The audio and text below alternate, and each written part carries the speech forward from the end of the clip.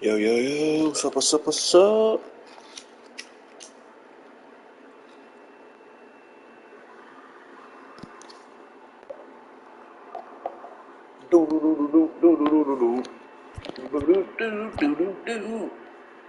Alright, let's get right into it. Oh, they won one? Damn, I don't even remember that.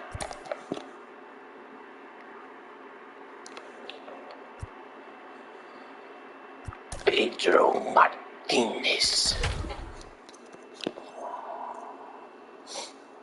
Martinez.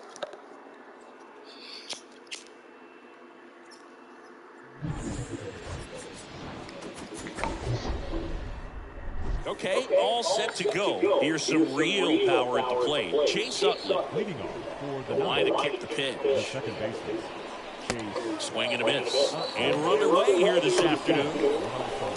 0-1.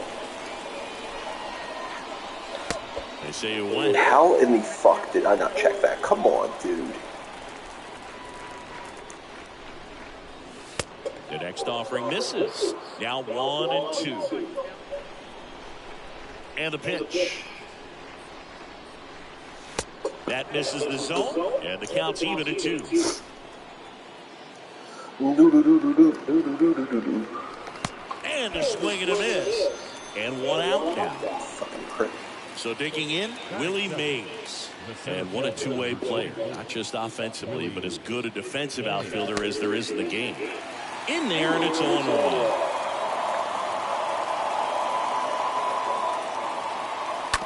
On the ground, right side. Oh my god. In time to Gardner. Quick start to this afternoon's action. 2 gone.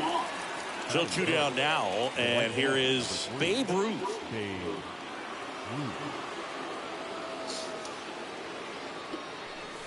That one's in there, 0-1. No score, just getting started, top of the first. Next offering is in for a strike. Quickly down 0-2 in the count. I think you got to choke up a little bit, spread out the feet. You don't know what the velocity. Oh, that's just.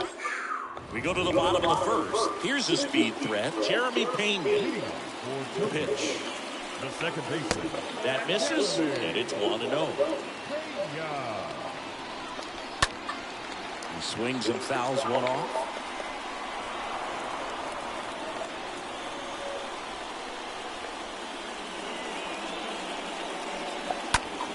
Next offering is fouled back.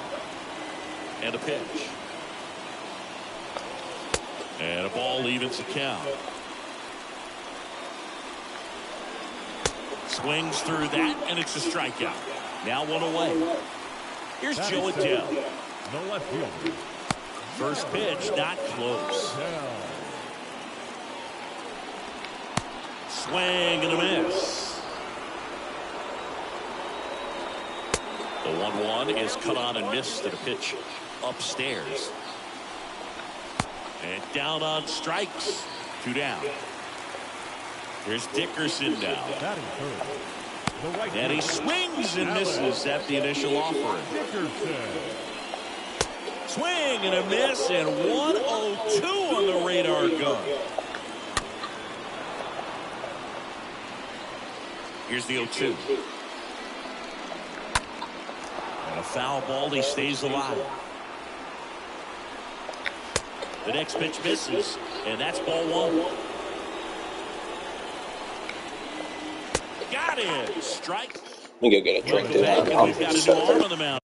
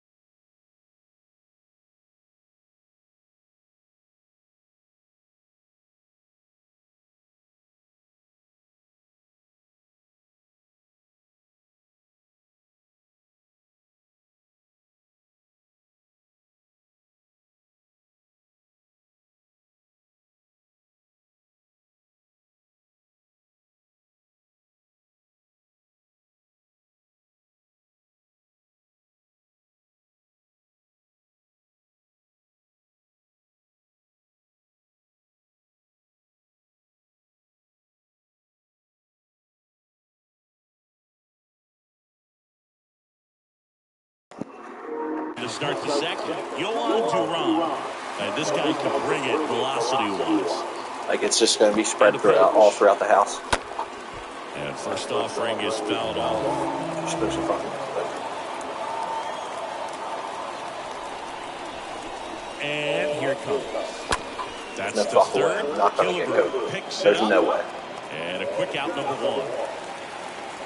Now the third baseman, George Brett. The third baseman, number 5, George Brett. Laced into left. That's a base hit. First pitch swinging, went up there with a plan to be aggressive. Nice job going the opposite way with it, letting the ball travel and not allowing the barrel to hook around the ball. It's so frustrating when you see a good pitch and your hands roll over. He's on the outside part of the plate, and he approached it perfectly. And the 0-1. And there's something you don't see very much in today's game, the pitch out. Really, because I see it damn near every game, so. In this universe, I don't know what you're talking about. Because in this world, it seems like a pitch out is a fucking every game thing. So, Shambi, no clue what you're talking about. N-word. Good shit, Johnny boy. He scores and they have the lead. 1-0.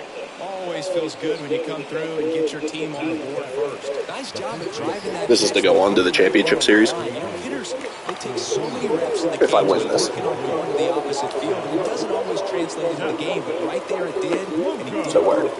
Seth Lugo gets the ball now. He'll try to strand the runner at second.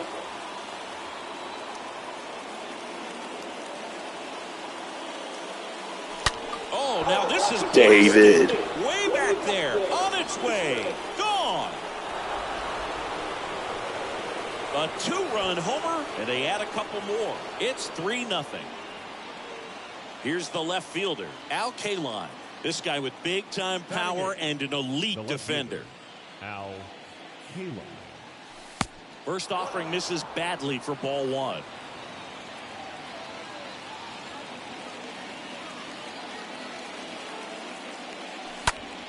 Popped up.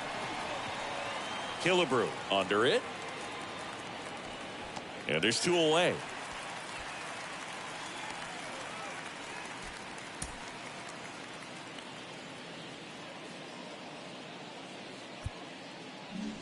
Two outs, base is empty. Here's the pitcher, Pedro Martinez. The pitcher, Pedro Martinez. And that's in there.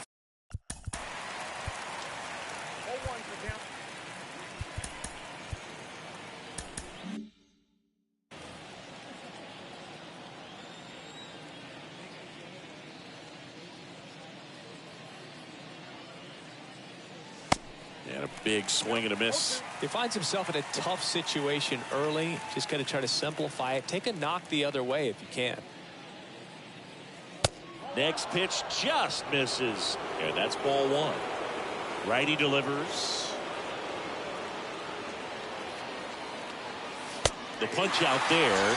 Down on strikes. And he knew it.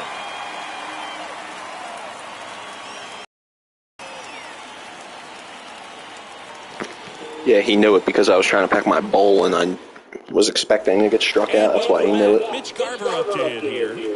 The Kaiju in striking distance, but have some work to do. Boog, it starts with the leadoff man. They need a good at bat out of him right here. Is the Kaiju related to the Bear Jew? Offense got some runs across. This is where you look for the starter to go out there, have a shutdown inning. Don't give that other team any hope. You just hope that he can get through this inning, get the bats back up there while they're hot.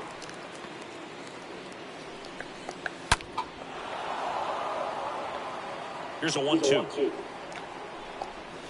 Swing and a miss. And Sit he's down down. on strikes.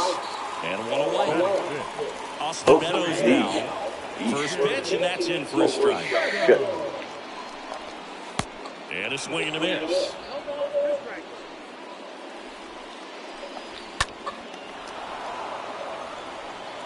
Oh, and 2 now.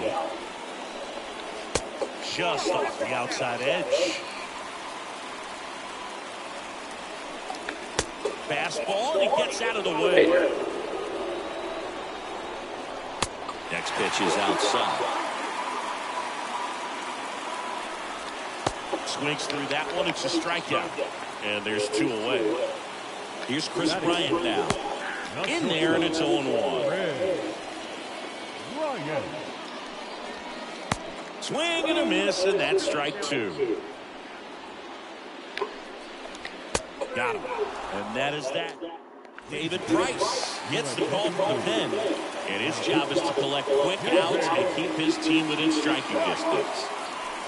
Oh, now this one's high and deep. Way back there. On its way. Gone. Good gone. That one felt good, and they add to the lead. It's 4-0.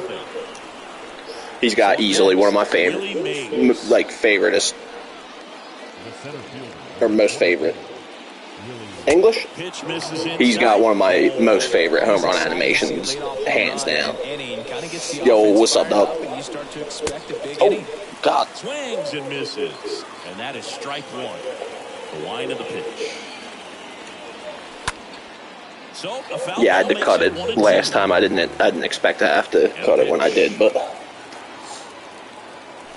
and down on strikes he goes. Honestly, and one away. I just kind of want to get this game over with. Now it's the right fielder. Definitely swung with that.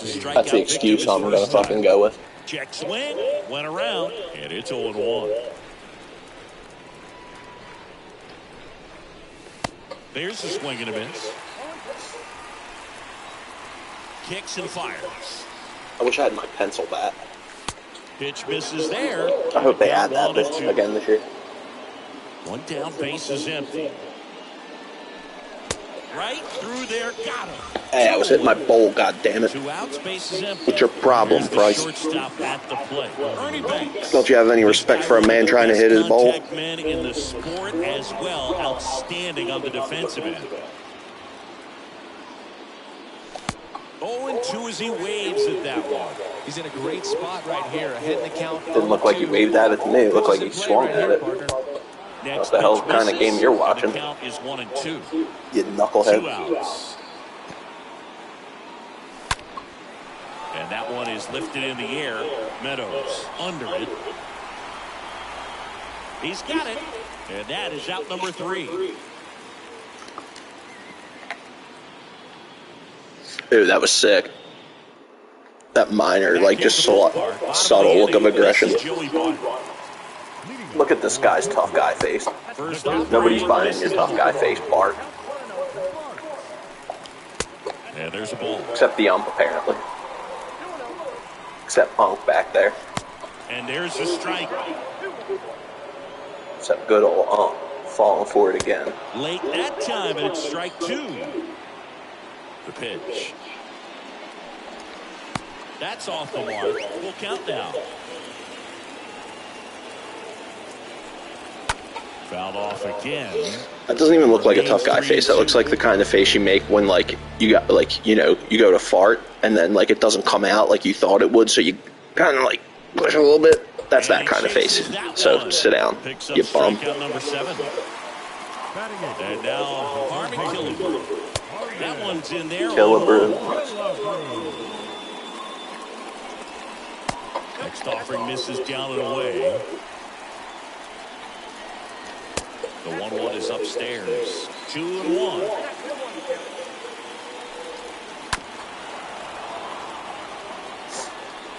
I'm a boogeyman. I'm a boogeyman.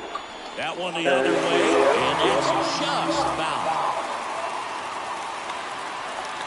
Swings and misses, and there's 2 down. Looks like it'll be a pinch hitter. Number 38, looking for a 2-out spark with the bases empty. Swings through that one. See, I like this guy's tough guy / red. It just looks like a game face, you know.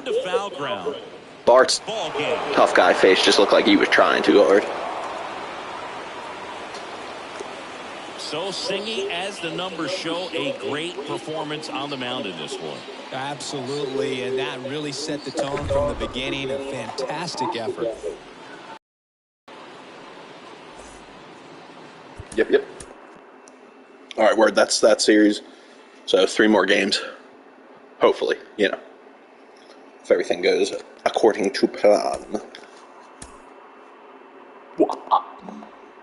Oh, great. Another one of those. Yippee. Which one don't I have 3 of? Okay, cool. Sweet. Nifty. Nifty, man.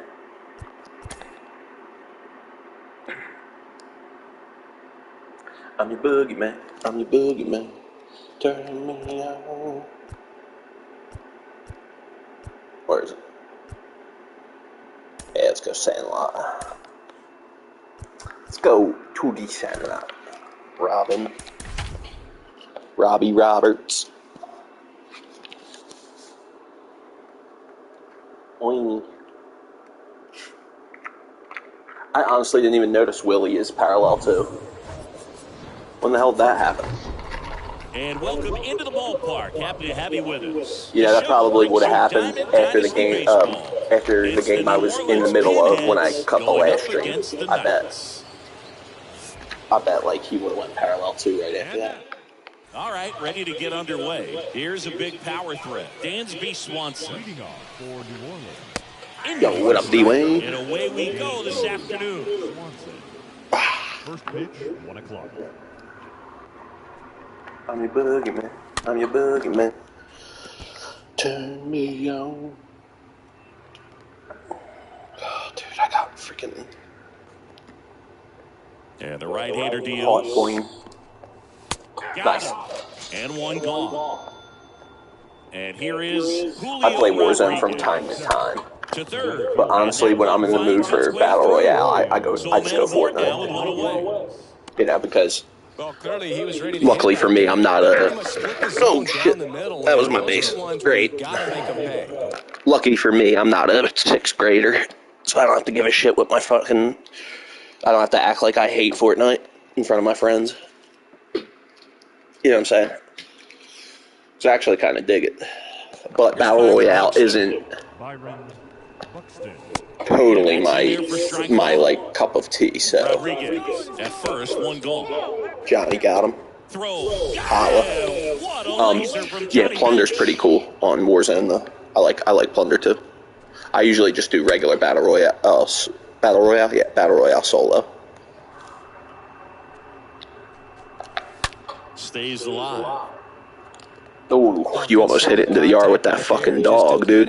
Come on, you should know better. Gotta try to stay on that. Through it. Bottom of the first. Wendy Now it's the Puffercorn's not going to think much of you. Leading off for the Here comes a pitch. The second baseman. Misses Maybe. inside. I don't know, dude. Warzone, I barely, like, it's not. Maybe.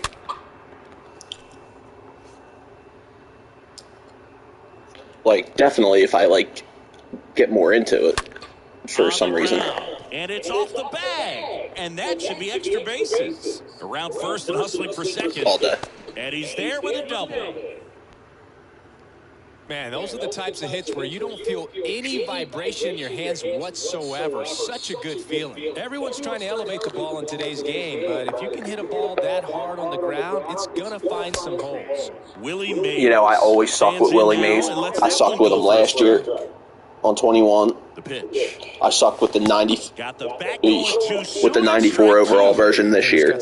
But so far, this Willie, I am What I like about liking very much, and it's like it's nice. Yeah, because it sucks not doing good with Willie Mays. Willie fucking Mays. Whether or not he can score on that base hit. He's arguably, in my mind, it always flip flops between him and Pete Rose for me for the GOAT. So It's inside. Well, he's so great about hitting the ball the other way. He gets those arms extended. So right there, just trying to straighten him up a little bit so he doesn't have as much outside plate coverage.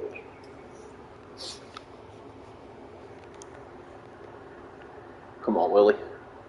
Ducks on the pond. Ducks on the goddamn pond. The 3-2 is off the outside edge. Come on, babe. That is ball 4. Even more He took ducks his on the chance pond. at getting him to chase right there, but with first base open, walked not a bad thing. He set up a double play opportunity if he can induce a ground ball. Babe Ruth batting now as that one almost finds the mark. It's a ball. Nature's on the menge. Oh, this Goodbye. is deep to left Goodbye. center.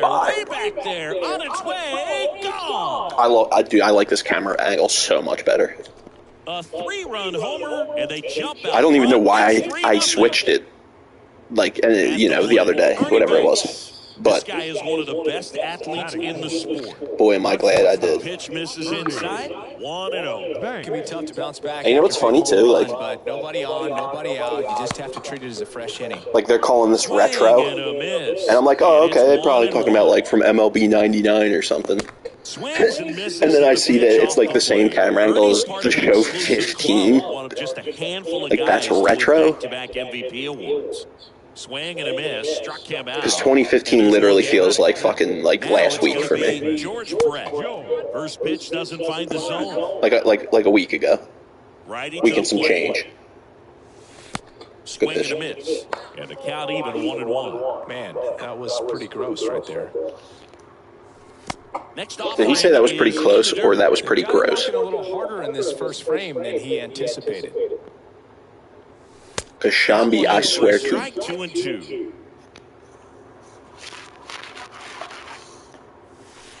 Next offering is outside. One down, base is empty. And that's ball 4. Boog, do you think you could Not gonna lie, I swung at that. if we gave you enough And got advance? bailed out by the animation of him jumping out of the way. Not even gonna I lie. think that if they gave the pitcher a Not even gonna front for a half a second. Yes, I think I could draw a walk. Goodbye. I love it. I love that. Oh, I forgot he's got the Sammy hop. Or the, I mean, you know, Sammy's got the him hop. They add to their lead. The Johnny It's hop. 5-zip. Tyler Clipper on the pitch here. Big deficit here, but he's still got a job to do.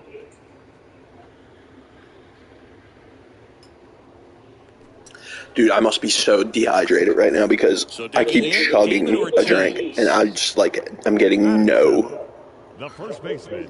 no less thirsty. Fouled off. With how good these offenses are, there's a lot of ball game left.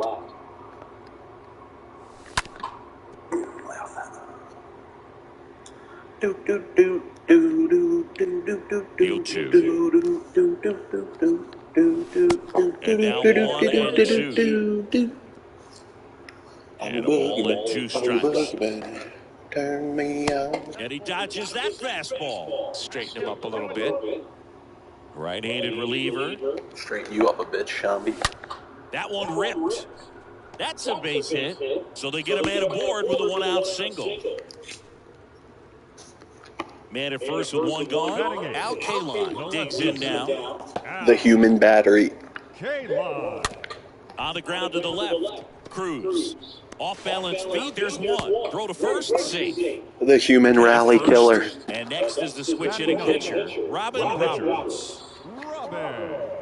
Bobby Robbins. And he swings and misses, and it's 0-1. Good fastball going early until they show they can make some good contact. You keep on throwing the pitch.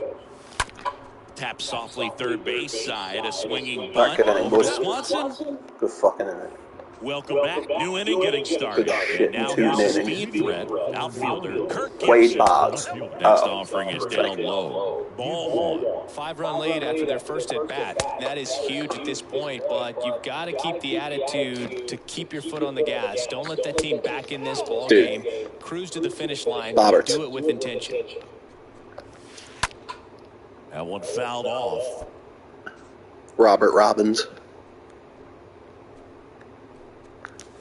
Swing and a miss. 3-2 now. Come on, Robert This is the Robbins. man responsible for one of the most famous World Series moments ever. Remember him hobbling to the plate to hit that walk-off homer for the Dodgers in Game 1 of the '88 series? It was pretty amazing. Versus Dennis Eckersley too.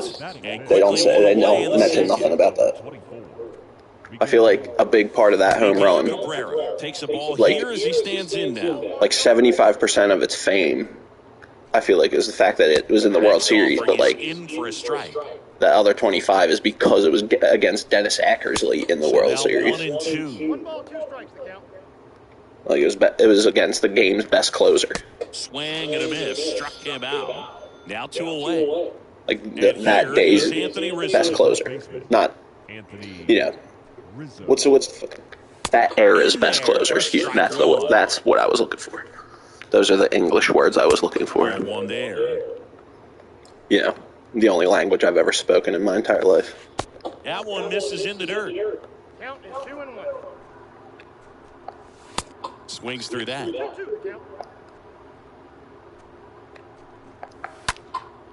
That to right. Ruth towards the line, looking up, makes a Chad Green ready to go. He comes in with his team trailing by a bunch, so he'll try to keep it where it is. And the pitch.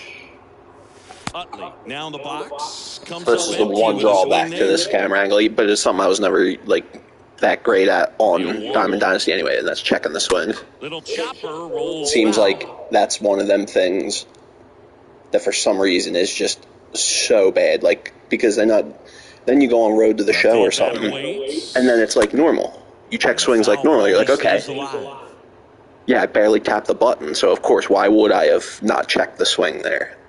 Unlike Diamond Dynasty, where it's like you couldn't tap the button any lighter without it not registering that you hit it. And it's like he went way past the plate. It's like, what the fuck, man? All right. Next pitch inside, and it's 2-2. Really good take, especially with 2 strikes. Oh, don't kiss my ass now, buddy. I'm trying to kiss my ass now. And a swing and a miss, and there's one away. And the batter down, Willie Mays. Jack Wagon. Jack Wagon. Ooh, I'm number 168 on number 2. Ooh, I got a good chance to be in the top 10 and parallel 5 if I could have him, like, I'm number 6 on Ryan Howard for parallel 5. That would be cool to do that, to get that with Willie Mays. Like, I'm number 100 something on parallel 2. Oh, come on. Let's go. Like, dude, I could maybe even be number 1. I doubt it, though. I bet you somebody's already got him the parallel 5. Just because it's Willie Mays. Next offering is way upstairs. That'd be sick if you could trade cards, you know, and like it kept that. So like whoever had like parallel 5 number 1 with Willie Mays, like, you know, there's somebody out there that would like see value in that and trade like a couple cards, just for, you know what I mean? Because it's number 1, like, you know. Even though really, what the fuck? Like, who gives a shit? But some people do, honestly. I mean, I think I like it. I like having number 6 for Ryan Howard. I think, you know, it's just something I like looking at, like, myself, you know, when I look at the card. Come on, man, stop pitching that dog shit to Babe, or else that's going to continue to happen. Throwing them spicy meatballs. It's 6-0. Now batting. Now it's the shortstop, Ernie Banks. Year in and year out, this guy MVP candidate. First pitch, not close. I was hyped that they dropped Ernie because the other Ernie I've had at parallel 5 for like literally months. And misses a 93 overall Ernie. I used him for a long time. And then when he went to 5, it's been a minute since I've used him, so come on now. And I love his batting stance. And welcome back. Now to shortstop, O'Neal Cruz. O'Neal de la Croce. Amiga Nostra. Impressed that he went right after him on that first pitch. That's the key. Try to get ahead in the count, then you can play around a little bit more as the bat expands. Oh. Line drive, and that should be extra bases. Yeah, that's what's gonna Makes happen. the turn Come on. second. Gone. Throw in, Oh, and he'll pull into second safely. I was like telling him to throw it to second when he was rounding first. Shit. The catcher, Joe. Ah, fucking. It's 6-0. And now, Joe Mauer. First pitch, just misses. Thinking it's like 3-0 or something. This is the time to do it. You get the leadoff man on. Everybody's got to look over the shoulder and say, I'm just going to keep the line. I got like moving. cups Don't of try to shit do too much. in front of that part of my TV, so I usually don't look at the score too often. I just kind of guesstimate. That's back there. Pulls it in on the warning track. So apparently Chipper Jones is coming out tomorrow. Jason Dominguez. He gets a chance with a runner in scoring position and one gone. I mean, it's not apparently. I'm sure it's 100%. Who was that told me? Was that you? Hey, yo, bro. What do you want me to call you? By the way, I meant to ask you that earlier. Zix. What do you want me to call you? You want me to call you that, or like? The velocity blasted it. Or do you got like a, you know? The batter number 7. That hits the dirt. How do I say that? Swanson.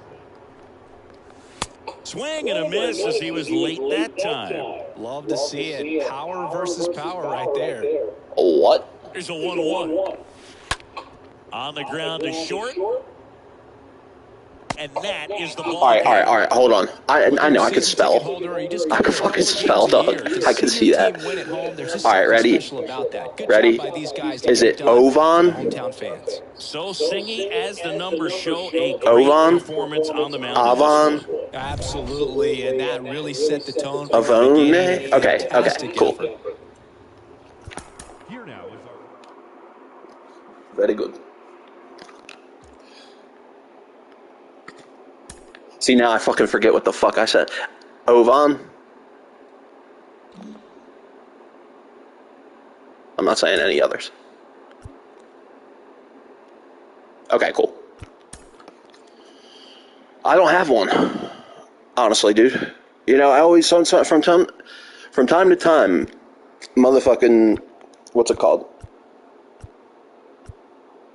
There we go. That's what the hell is that? Oh, people like say that from time to time, and I'm always like, yeah, I do gotta get one. But I don't have one for like, you know, I don't have any social media, like, you know, dedicated to my channel. And honestly, to tell you the truth, I am considering jumping over to Twitch. So just about set now. Dansby Swanson stands in. Because the whole reason I stream on YouTube, or, well, the reason I started in the first place was because I just like the fact that it saved the video automatically to my channel, you know? But, like, I feel like there comes a certain point where that's, like, having that kind of, like, I guess, attitude, for lack of a better term, towards, like, you know, that kind of attitude towards, like, eventually there comes a point where that will hurt. That will hurt me, because it's like there's no way I'm getting more views from people watching my videos after I was live.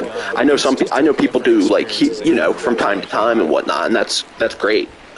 You know, that's great. Like, I just liked, you know, the fact that it's saved right to the chat, like, for whatever the reason would be. I don't know why. It's not because I wanted to watch it, or, you know, just for whatever the reason. So. But yeah, I feel like that starts to hurt after a while. Once you start getting, like, enough, you know what I mean? Whatever you want to call it. Attention. I don't fucking know what you want to call it. Another lack of a better term. You know, because Twitch is made for literally streaming games, basically. Right? Slow roll. Brett handles. Whips it to first. I don't know. Number 3. I don't know. Bottom of the first, stepping in the long ball. I forget if I was talking to you about it, but, like, the whole reason I started streaming in the first place, it's like, basically, I feel like I'm going to be playing anyway, whether I'm streaming or not. Like, this is what I would be doing right now anyway, probably, right? So I figure I'll start streaming. If anyone wants to watch, cool, and that's great. And if not, that's cool anyway, because I'd be doing this anyway, right? And if like, I do, you know, if I say I do get, like, popular or whatever, that's cool, like, and I won't, like, turn away from it, but, like, that's not the goal, or that's not, like, the, you know what I mean? But I feel like, good shit, Willie. I feel like there is maybe, like, a point where I should think about it, at least going to Twitch for now. He's got 2 home runs, right? Oh, this is a fresh game. Never mind. What the fuck am I talking about? The good thing, though, is I had the foresight to get this. Like, I already have this name on Twitch. Keuchel keeping an eye on it. So, like, if I were to start streaming on Twitch, it would simply be same name. And, you know, so if anybody, like, wanted to, it would be easy, you know?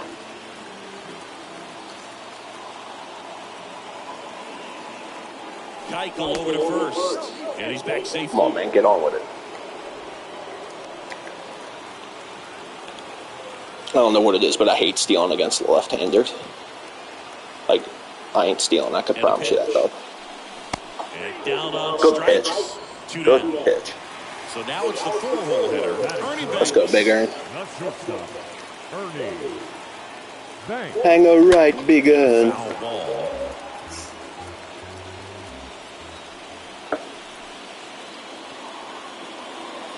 The 0-1. Good speed on the base pass. He handles the bat very well. Maybe I should think about stealing.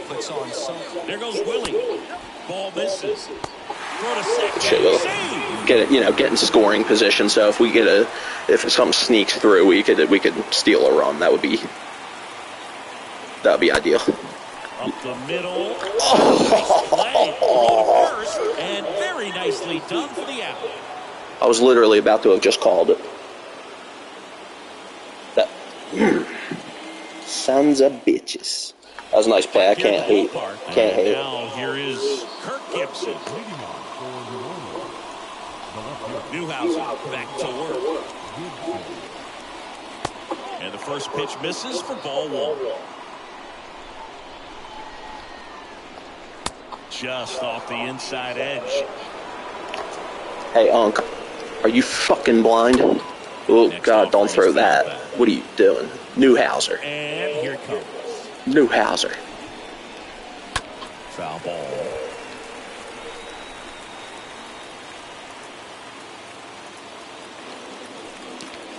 That one missed. Oh, fuck. Miguel's on deck. The 3-2 is off the outside edge, and that is ball 4. I feel like Miguel doesn't necessarily get the respect he deserves. This man, like, we all realize, right, that this man is the only living... Wait, I could be wrong about that, but he's literally the only active Triple Crown winner. And the guy that won, the last guy to win a fucking Triple Crown before him was in 1967. Fouls one off. 2-2. All right, like, this man's a fucking living legend, yo, like... And a swing and a miss. One out in the second. You know? Anthony Rizzo steps to the plate. I don't care what era you did it. I don't care what year you did it. Why'd I throw it to third? I didn't mean to do that. I was trying to pick slider. I was trying to pick slider for the next pitch. So I was already hitting square. I did not think you know what I'm saying? Fuck. Because Johnny Bench honestly got a nice arm. It's nice after using Piazza for so long. With Piazza's fluffy-ass, candy-ass arm. It's nice having a catcher with a little fucking bit of a rocket behind home plate. So it would have been nice to have not done it. But we're like 10 pitches further into the game, so why am I still talking about it? Next offering misses. Now 2-2. Next offering is fouled. I need to strike this asshole out after what he just... Oh, fuck. Swing and a miss. Back now in a new Lucky there. round to start the bottom of the second. Got shit lucky there. God damn it. With tons of movement. Here comes the pitch.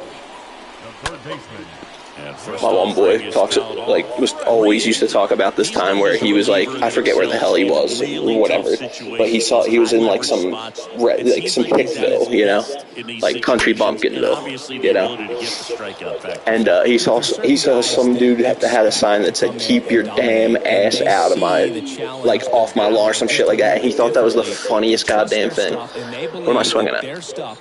Hold on. Let me try to ask myself what the fuck I was just swinging at there, because that was pathetic. But yeah, anyways, he thought it was the funniest shit ever, yeah. Yeah, Boog, it is. And, That just popped into my head for some reason. Keep your damn ass out of here or something. He just thought the fact that it said your damn ass, like, he thought that was, like, the weirdest, funniest thing. Like, why, like... And the righty deals. Center field, Buxton in position. So late off that. Makes the grab, and there's 2 down. A lot of times, come on, man. Let's get some runs here because I would honestly really like to not have to play any more games than necessary. Make that hitter a little hyper and make him more aggressive, and that way hit it here, yo. Change speeds. He's out in Fuck, do I look like Barry Bonds? Ooh, this party really died. Strike 2, and just hacking like you used to. Yeah, kind of same, just like that. Yeah. I love that movie, Dumb and Dumber. I'm trying to think of what Lloyd says after Harry says that. Foul ball, he stays alive. Well, the hitter's got his timing down for the breaking ball. If you're a pitcher, you can get that fastball in on the I can't think of it, and that's like one of the most quotable movies of all time. Next offering down in the dirt. Boy, this party really died. Or was that Lloyd that's... Fuck, I don't even remember that. That one is absolutely belted. Oh my god, dude. Well, here we go, top of the third, scoreless game. Now, here is Joe Mauer. That's a strike. That's strike 1. Well, on paper, it's favorable to have a fairly quick inning here with 2 of the 3 hitters he's set to face batting. Yeah, on paper, nothing. Same side he throws from. This is like real life, man. It's a ball and 2 strikes. You're freaking me out, man. This is real life, man. We're not paper. I don't know what kind of trippy, freaky shit you're into, man. Throws to second, and he's gone. Ew. Finally. Oh my god, I'm so used to my outfielders fucking not being on target or not being in time. First offering and it just that was nice. And that was Babe too. So it's not like I've had anybody in right field, you know, other than Babe in a long time. He's got a decent arm, to be honest with you. Now that I think about it. And 1 and 2. That was straight pacing. But that was on a rope, yo. Out to short. Banks collects. And they get Bregman for the out. Ernie. Fastball moved right down the middle. Usually a lot of damage done with that pitch. A hard grounder, but he wanted to get the ball in the air. Let's not throw another one. Hey, Newhouser. Swanson takes a ball as he stands in for the second time. It's like I got used to pitching against other people online, like, you know, that you start to kind of fall back into, like, he did not go around.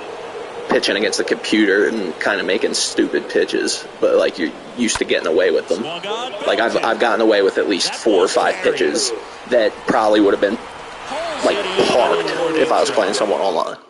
Righty reliever out of the pen, Adam Wainwright, and he has some nasty breaking stuff.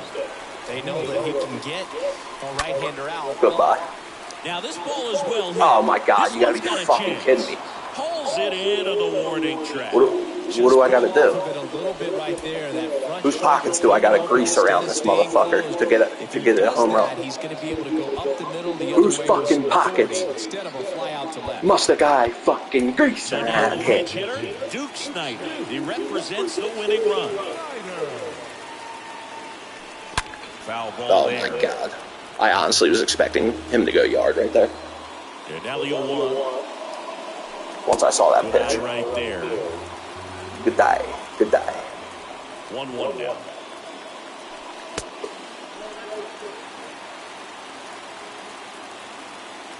I might honestly edit this thing and change that building in center field.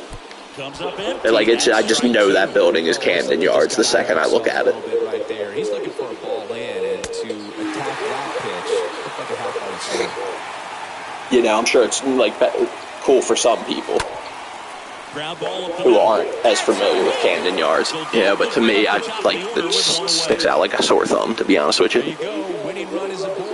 But I love this stadium because I just love like how the buildings Now, Chase Utley. Let's go. Good night. It's on its way. Ooh, I love how they, like, tower over the field. They're going crazy in the dugout, and they walk it off for the win. Dude, I don't know what it is, but him and Ryan Howard are so goddamn clutch, it's ridiculous. And as a matter of fact, why don't I have Ryan Howard at least on my bench? Good fucking shit. Thank God. At least now they have to win 3 in a row for us to fucking fail.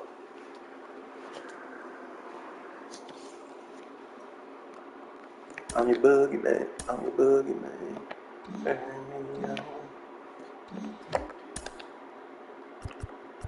Let's see here. Let's switch Aparicio. Even though I do kind of want to use him. Who's I looking for? Howard. Yeah, see, look. Damn, still only 17 people, but I'm number 6.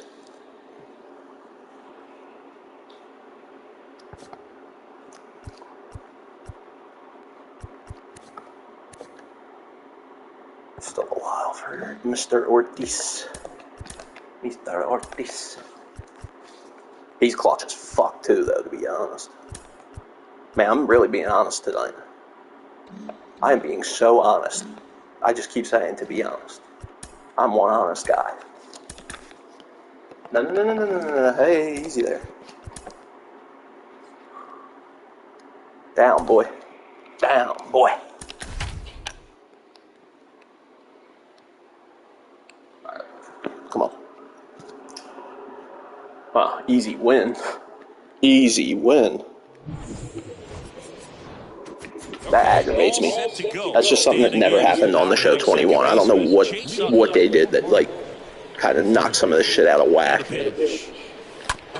the right side, Swanson over to pick it up. Tosses to first, 1 out in the top of the first.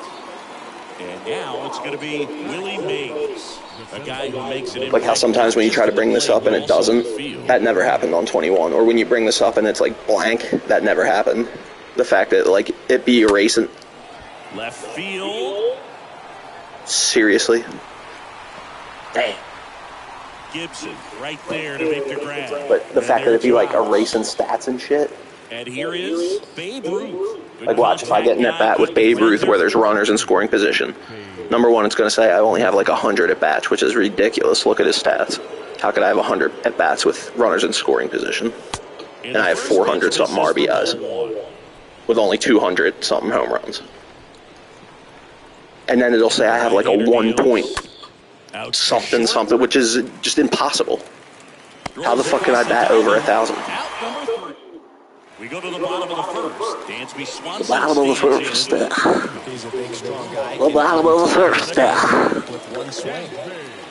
The wind of the pitch. The wind of the pitch. Ball 1, no strikes. Ball 1. All right, we get it. Righty delivers.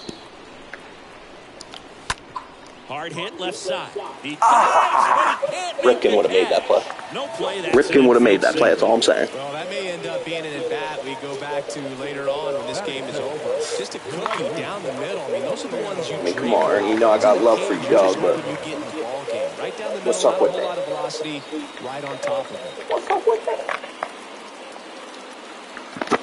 And now Julio Rodriguez in there for strike 1. And there he goes. Pitch misses. Safe at second, and that was not close. Here's a 1-1. And another ball. Also didn't help that I threw a fucking huge arcing curveball. Something being hit to the right side into the outfield is that the base runner at second has a very good read and can determine whether or not he can score on that base hit. Moron? You gotta be kidding me. Don't test Willie. Don't test Willie's arm. What? Why? Pitch misses inside. 1-0. Why would you do such a thing? And he flips a breaking ball in there, or a changeup. Either one. Something off speed. Good arm action on it, whatever it was. The pitch. And a swing and a miss. Jack Green ready to go. Yes. Wait, what? Getting ready to hit. He's turned into Dude, this definitely, okay, this definitely be happening then. Because I thought this happened to me the other night. How the fuck is Ernie up again? Up the middle. Oh, can't pick it up cleanly. Didn't he just... And he beats it. He's safe.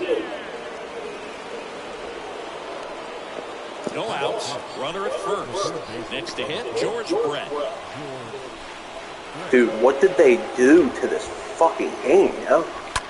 He swings and hits a fly ball. Center field. Buxton moving under this. Like, it's not totally fucked up, but like, just something they did kind of knocked it out of whack a little bit. The next to hit. And it does, and like, clearly they can't fix it, something, for some reason. Every swing he takes. Because that's like, I would think if I'm the maker of a sports game and something like that happens, that literally would never happen. It's impossible. Like, Ernie got out.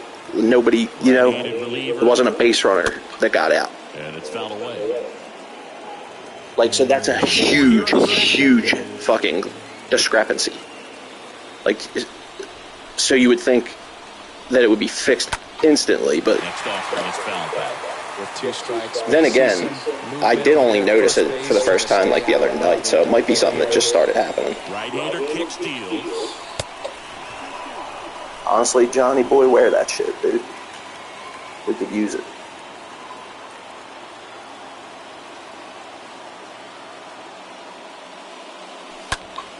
Stays alive.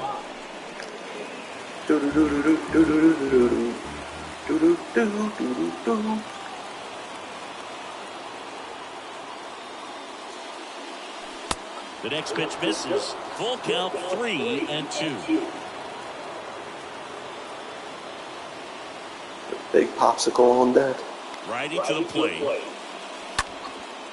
In the air, fairly deep to right field.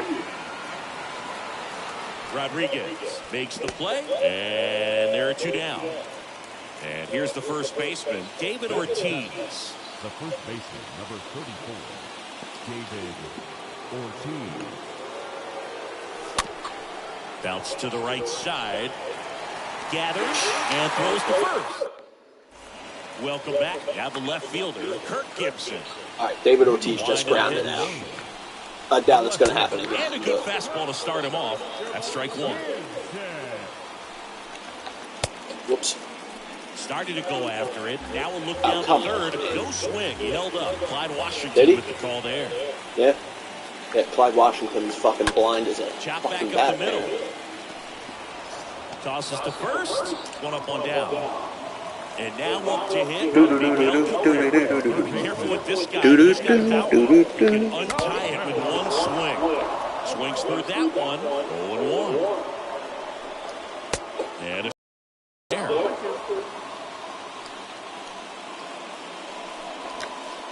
Next offering is downstairs. Good take. This is the most recent Triple Crown winner, after all. Puts the squeeze on it, and there's 2 down. This lineup's going to have to Not surprising you got a good take like that. Out there on the mound. I mean, he is just mowing him down. He's settling in. You've got to make him uncomfortable. Maybe step out of the box, call timeout, do whatever it takes. Anthony Rizzo takes a strike there as he stands at the plate now. And he's down 0-2 as he swings through it. Just misses with that one. Really good take, especially with 2 strikes. And a foul ball, he stays alive. These guys like this that have so much power, look forward to seeing them hit the ball a long way. But if you're in the stands, or you're in a broadcast booth, or you're a writer, better keep your eye on the game. The 1-2. 1-2, 1-2. Well, this is a guy that can be frustrating for pitchers because he fouls out so many pitches in. Got him looking. I already fucking forget your name. I know it's Ovan. 2-3. Adam Wainwright gets handed the rock out of the pen. The offense will need to be ready for the breaking stuff. He's got a great crew. I remember we were talking about when I cut the string. If you're still here, And a foul ball. what you were saying? Like you were into like a rock, like the skinny jeans and that type of shit.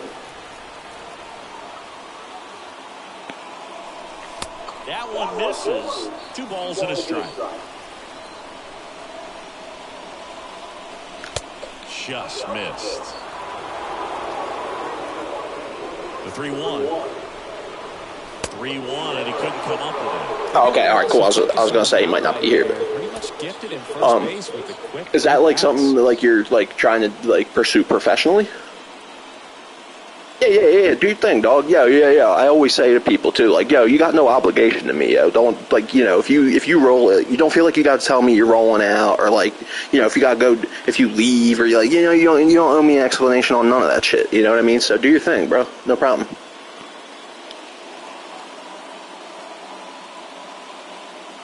Dookie doo. No, shit, I forgot. But yes, Clutchilla's on my bench. Ryan Howell, a critical at bat in this game for him.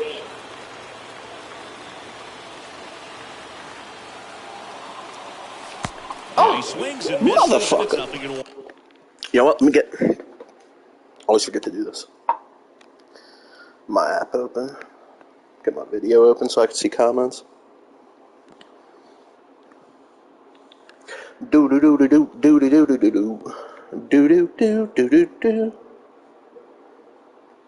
Oh shit, dude. Yeah, you know what too, man?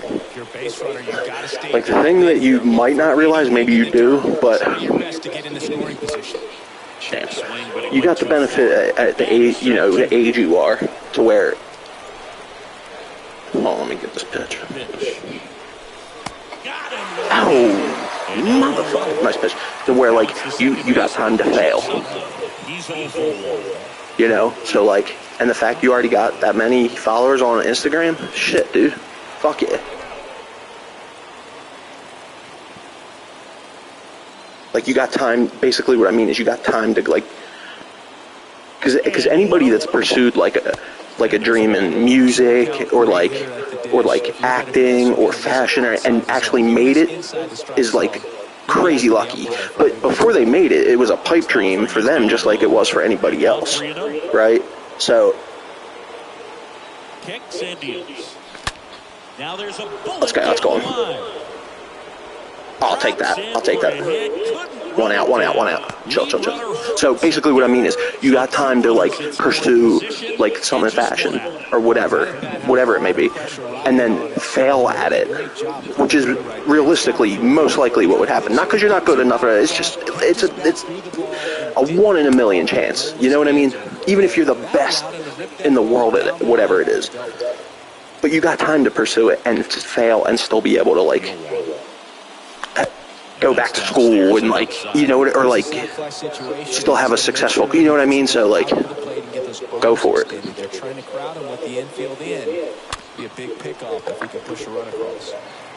Fuck, why'd I do that? And he'll be safe at first. So 2 down now. I want to score so badly. Oh, we're away. Shit. I should know by the jerseys. On a line. Caught. Motherfucker. Puts the squeeze up. Yeah, see shit. See shit? I don't see no shit. Into the game. Where do you see shit? Bring it velocity-wise. O'Neal Cruz in the box now. Takes a cold strike. To the right side. In plenty of time to first. Leadoff man retired here in the third. Well, such a confidence boost for a reliever to come into the ball game and get the first hitter he faces. Just makes everything slow down a little bit, and then from there can really settle in. Gossage ready. And a swing and a miss. And 2 straight set down to begin the bottom of the third. Pinch hitter coming. Oh, it's everybody's favorite player, apparently. Jason Dominguez. Trying to get something going for him with 2 away. The card that I would say is probably the most common, most seen card when I was doing ranked seasons. Like, literally fucking everybody had this dude in their starting lineup. I got sick of fucking facing him after. It's like, dude, I want to... Offering clips the zone count even at 2. I was so happy when I finally got the 250 innings for my Willie Mays. Haven't played a fucking inning of ranked season since.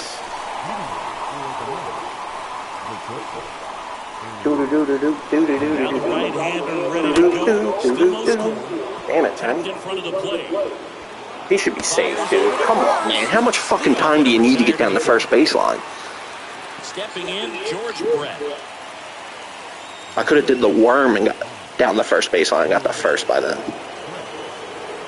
I could have moonwalked down fucking first baseline and been safe by that with that much time, dude. Come on. And prevent that run from scoring. I could have stanky legged it all the way to first base. So 2 balls and no strikes. And you got to wonder with first base open, run out. Is he going to get a pitch to hit? And the righty deals. Now 3-0. Appears they're working around him with the base open. Nah, come on. Nah, I don't want the possibility of the double play. Let's go. Ultimately, this Sneaks through. I was like, if I get anything in the strike zone, I'm fucking swinging at it. And it's 1-0. mission accomplished there. You know, it sucks, dude. Like, look, it says Eckersley's got 1 fucking save. I have over 250 with him. You see what I'm saying, bro? That's what I was talking about. Like, and I was saying that I would have been extra pissed if I would have checked his card in the when I was in the main menu, or, you know, when I was out of a game, and it would have said that. Like, it says that, and it pisses me off. It's kind of annoying, but thank God it didn't erase it completely. But, like, dude, that type of shit would just never happen last year. I don't know what they did, man. Knock it out of whack. Now at the plate, Johnny Bench. And it's whack. And he swings and misses. They knocked it out of whack. And they said whack. Fucking whack. No. 0-1 now. Just off the outside. Did Shambi just laugh at me? 3-1. It's a good miss. Did goddamn Shambi just laugh at me? The pitch. Goodbye. Oh, now this is Night, blasted. night. Way back there. On its way. Gone. A 2-run shot, and they add on. It's 3-0. He's so good at getting his arms extended. Thank you. And that's exactly what he did right there. You don't typically want to pull a pitch in that part of the plate, but he doesn't allow his wrist to... Yo, I'm honestly, like, kind of annoyed. Like, dude, add the steroid era, guys, man. Why is there no Sammy Sosa? He's into the game with the bases empty. Like, yeah, I think it's cheating, and I think, like, it should be noted, like, if it, you know, in, like, cases like Barry Bonds and shit. But I also don't think Barry Bonds should be barred from the fucking Hall of Fame. You gotta be kidding me. What, steroids made Barry Bonds a Hall of Famer? Get the fuck out of here. I could pump a fucking gallon of steroids into my fucking butt cheeks, and I still wouldn't be able to hit a fucking pitch. You know what I'm saying? Like, you gotta still be able to hit the fucking ball. Like, give me a break with that. Like, yeah, he did. It's cheating. It's influencing the game. You know, in a unfair way. But like, and another thing is, let's not act like that's not been going on since baseball fucking first started, dude. Like, there used to be a thing called a fucking spitball. That would be a ball that was so loaded up with dip spit. And a foul ball. That, like, you know, I honestly don't know why that would affect, you know, I mean, for obvious reasons, you know. But to the point where it fucking killed a dude, and they outlawed it. You know, like, people have been fucking cheating in baseball its entire existence. So, like, let's not single anybody out here. And don't get me started on Pete Rose. He's banned for life because of gambling. Jesus, give me a break. What are we, fucking Puritans here? Oh, no. He gambled? Oh, my God. What a monster. Like, fucking miss me with that dumb shit. I mean, Jesus Christ, dude. Puritans. You honorable human beings. Like, fuck out of here. And the pitch. Swings through that one. It's like it reminds me of like Bill Clinton or something, like, you know, or like politicians in the like, well, not just in the 90s, but what I'm talking about specifically, like in the 90s, where like they would be like talking about, like, you know, Eminem and like, Good job at damage control you know, right there. Tupac and like, you know, this is our youth cannot hear, and then they'd go get their dick sucked by their interns and shit. You know what I mean? Like, it's just a fucking get the fuck out of here with that. Get off your high horse, you self-righteous prick. And fucking once again miss me with that shit. Welcome back, and they turn to a new arm as we kick off the bottom of the fourth. Dennis Eckersley, and he'll do his best to hang on to this lead. Swanson stands in now and watches strike one. Look, I'm the ball, and Dansby Swanson's bat is that horse shit. Oh, apparently not. Apparently not. I didn't even get that whole. I didn't even get the sentence out before they made me eat my words there. Jesus, get eggs, man.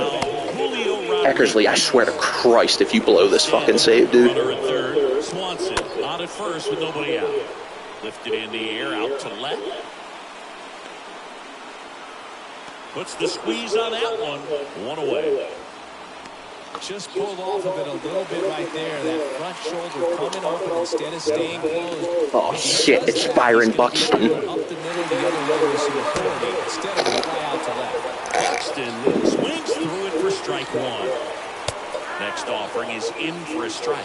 Now, as a hitter, when a guy like this comes into the game, you feel like he's standing on top of you, and it's just attack mode coming right at you, expecting to get a swing and miss. Oh shit, it's Kirk Gibson. In the box now as he looks at ball one. Second plate. Shit, it's Wade Boggs. Next offering is in for a strike. Wade Gibson. Kirk Boggs. That misses the zone. Kirk Cameron. Count 2-1. Kirk Franklin. Fuck. Well, an interesting situation. One swing you can tie up the ball game, but if you're patient and work a walk, then you bring the game-winning run to the plate. Swing and a miss. Word up. That's the ball game. All right, let's see if we really do get a Johnny Damon. Let's see if that was This was a good one. something I actually read with my real actual eyes. Yeah, Dennis Eckersley with his second save. Mm-hmm. Yep. Mm-hmm. Sure. Ew, let's go. It was true. Ew, fuck yeah. You know what? I gotta be honest with you though. I'm honestly sick to death of these fucking cards. Hell yeah, dude. I mean, I don't know how much I'm gonna use them. Honestly, I'm probably gonna use them a lot actually. Who do I have in left again? And then I got that 15 pack and 15K or something. Word. Word. Good thinking. Good thinking. Fucking A-right good shit and tootin', goddammit. Fuck shit. Where's Billy Bob Joe Carl Danny Frank at, damn it? Oh, I get a 99 overall Billy Bob Joe Carl Danny Frank? Fuck yeah. Yeah, right. You know, I just never look at that shit, honestly, bro. Right. You know, act like I've played the game before. Right. You're fucking... Don't anyone ever tell you that you're not a smart motherfucking feller. And usually I would call you a fart smeller and then go, oops, I mean smart, but I didn't. Because I'm nice like that.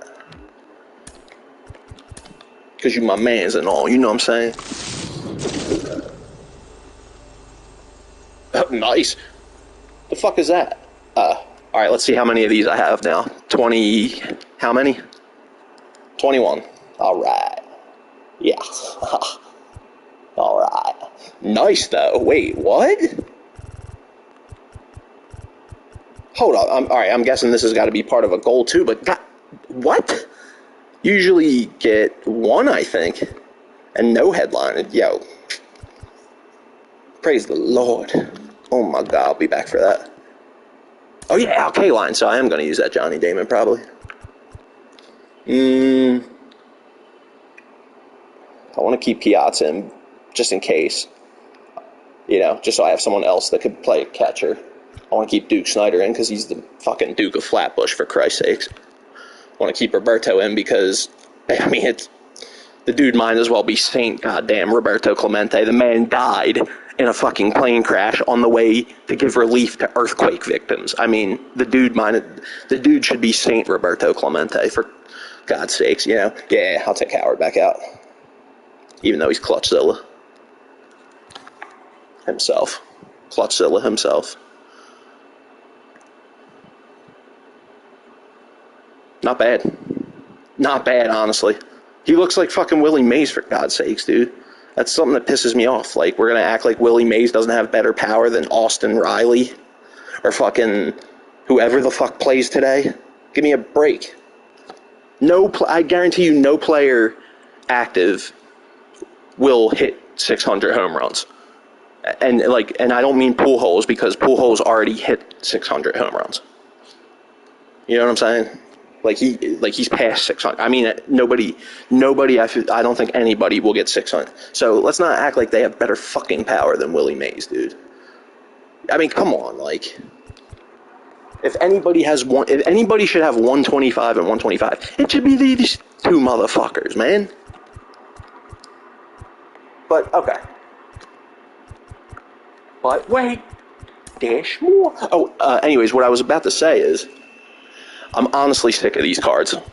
Like, they're cool and all, I like them, but I prefer these kind of cards so much more. To where I don't need to see the fucking jersey to tell who it is. You know, like, if you, alright, for example, you'd be able to tell that's Babe Ruth, and you'd probably be able to tell that's Johnny Damon. So these guys aren't two good examples. But if you took away the San Francisco, would you be able to tell that's Willie Mays? Probably not. So I would like an actual picture of Willie Mays. You know what I mean? I like those kind of cards, like this, Ernie Banks. You can tell that's Ernie Banks. If you know what Ernie Banks looks like, you don't need to see his logo. You don't need to see none of that shit. You know it's Ernie Banks. I'm kind of sick of these cards, to be honest with you. They're cool, don't get me wrong.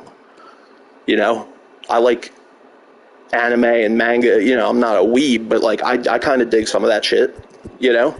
So I could appreciate this stuff, but like, damn, dude, can we chill with this? And it's all my favorite players, man. Look at this shit. Where's Musial? Where is Musial? Oh, there he is. Piazza, Musial, Hannes Wagner, fucking Connor.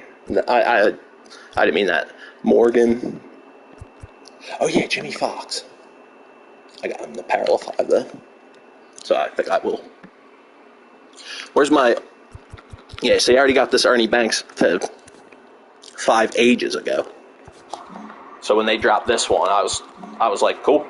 Oh, alright, let me just do this real quick. Ugh. Nah, you know what? That's good. That's good.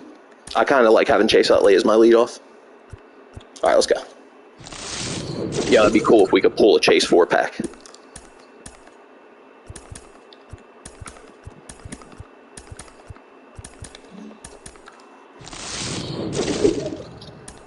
I honestly have no clue what I'm planning on doing with these stubs. Probably just going to stack until they drop someone that I like. I'm waiting for Hank. I'm waiting for them to drop a Hank, dude.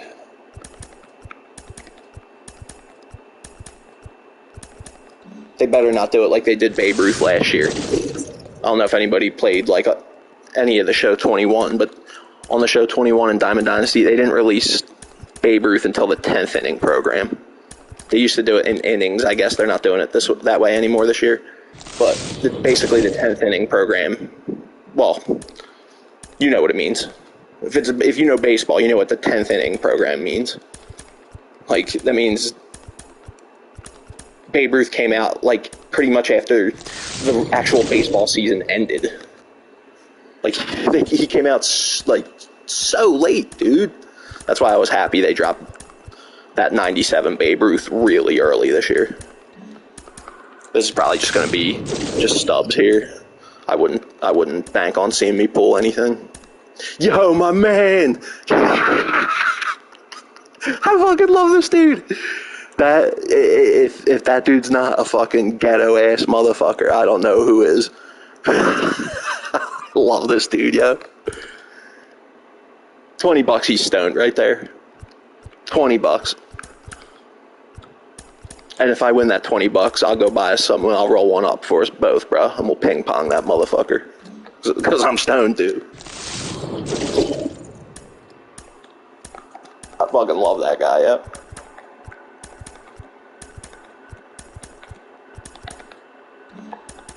He just looks like a hood ass motherfucker, yo. He looks like, like someone like you see when you go to like grab some weed off your cousin or something.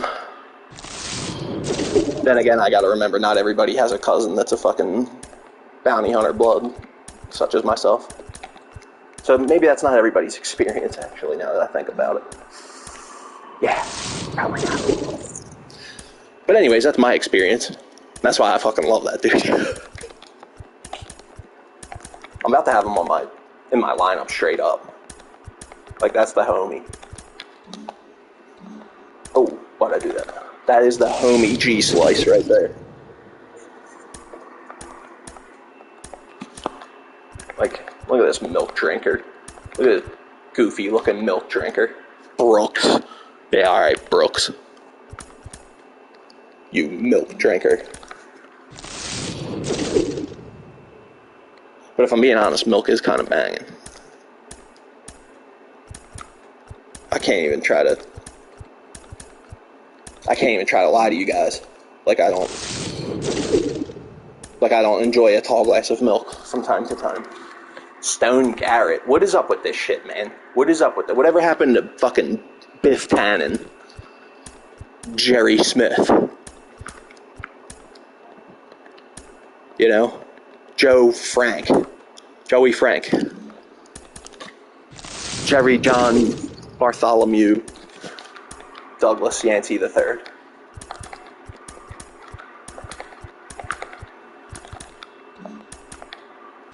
Well, no Chase 4-packs, it seems.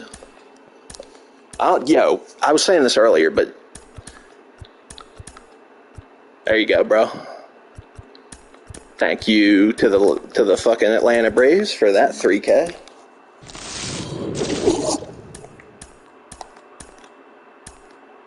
Anyways, what I was saying was, like, dude, it seems like I'm done the live series collection, but once they came out with the ball and out of control packs, now it seems like both of those packs suck ass. Instead of what it used to be, where the ball and as a habit packs were kind of clutch. Like, I don't pull shit out of these packs this year.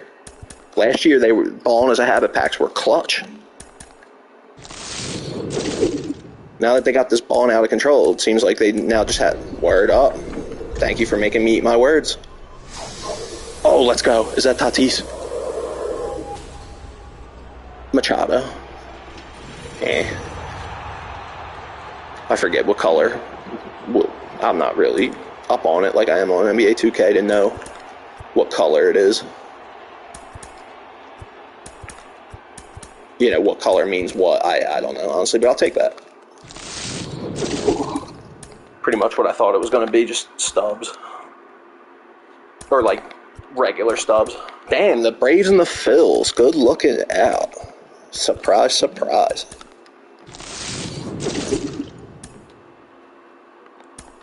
But wait.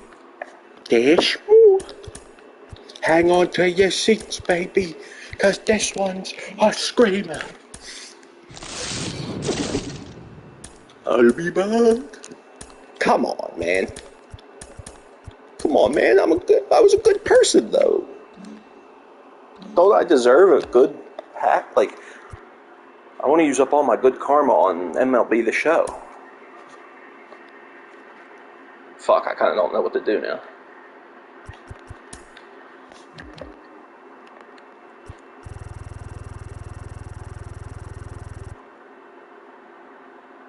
I'm Joe Grizzly, bitch. I'm Joe Grizzly, bitch.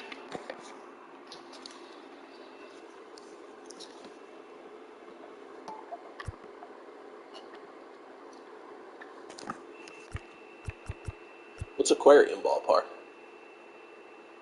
I kind of dig that. It's pretty chilling. God, that just looks fucking awful. Like, it's cool looking, but ugh. A farm, ugh. Get me out of here. Oh, I like that. That's pretty chilling. Definitely like that. I like that too. Eh. That one's alright. Gwynn Field, why? Why? Does that have something to do with Tony Gwynn? Because if so, then I'm in. Dude, that slide is a fucking death trap, people. Are we serious with that? That's a fucking lawsuit just waiting to happen. I want nothing to do with that park. Yo, that's pretty nice. That'd be cool if a ballpark was located like that. I'm sure there is one somewhere. Sweet victory. Damn, there's some pretty chilling. Where are mine at? Thank you. Let's go, Hogwarts. I'm not a fucking wizard, you fat oaf.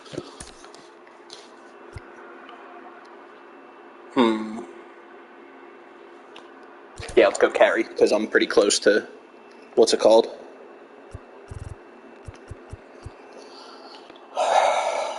Fuck. I don't know what I'm going to do now when Chipper Jones comes out. God damn it. Probably use Chipper over Johnny Damon, to be honest, but...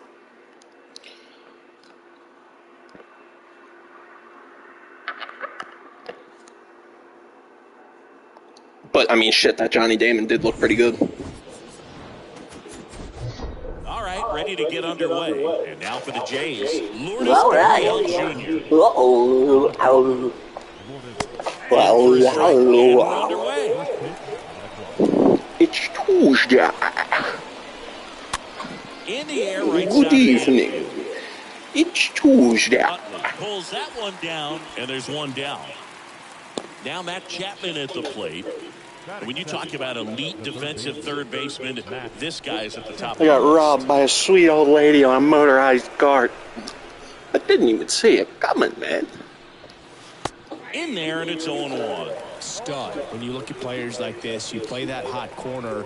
Got to be pretty courageous over Haven't there. they know I got Balls come gas? off the bat. That's the kind of guy that every year you expect to be in the All-Star game and have. Let me throw him, Joe. Let me throw both of them. Really? Here's the 0-2. Really? Swing and a miss. Struck him out. 2 up, 2 down. 2 outs, bases Where's empty. Moises Alou And next for when you need him? Toronto, Vladimir Guerrero Jr. Where's Moises Alou to fucking give us the performance of a lifetime? Like, literally, that acting job literally almost cost Steve Bartman his fucking life, yo. Like, that, like, literally, that's the whole reason he got so much hostility. You know, because that's total horseshit, dude. The Cubs are the reason the Cubs lost that game, not Steve Bartman. Just getting started, top of the first. The Cubs. The Cubs themselves. That poor dude, yo. And there's a foul ball. Like, yeah, okay, all right. He probably interfered with the ball. Big deal, really. Stays alive. Big deal, because the Cubs had already blown it pretty much. Had already started the chain of events that did blow it. And that just misses. Or if I'm wrong on that, they had the opportunity Foul to ball, he stays alive. make it not a factor. I forget exactly what happened. It's been a while. Coming up. What happened to this dude? Yo, like, I'm not that up on modern MLB. I remember last year, this beast, yo. Fuck. Well, he must have, like, not been playing too good in real life or something, because, like, this year he's just, like, basically a non-factor. I don't see him at all on anybody's team. A false scouting report. God damn it. Yes, I think I could draw one. Here's a drive out to right center. Way back there. Look out. Gone. So 2 away with nobody on. Oh, thank God, that was only a 2-run home run. Oh, I thought it was a 3-run. All right.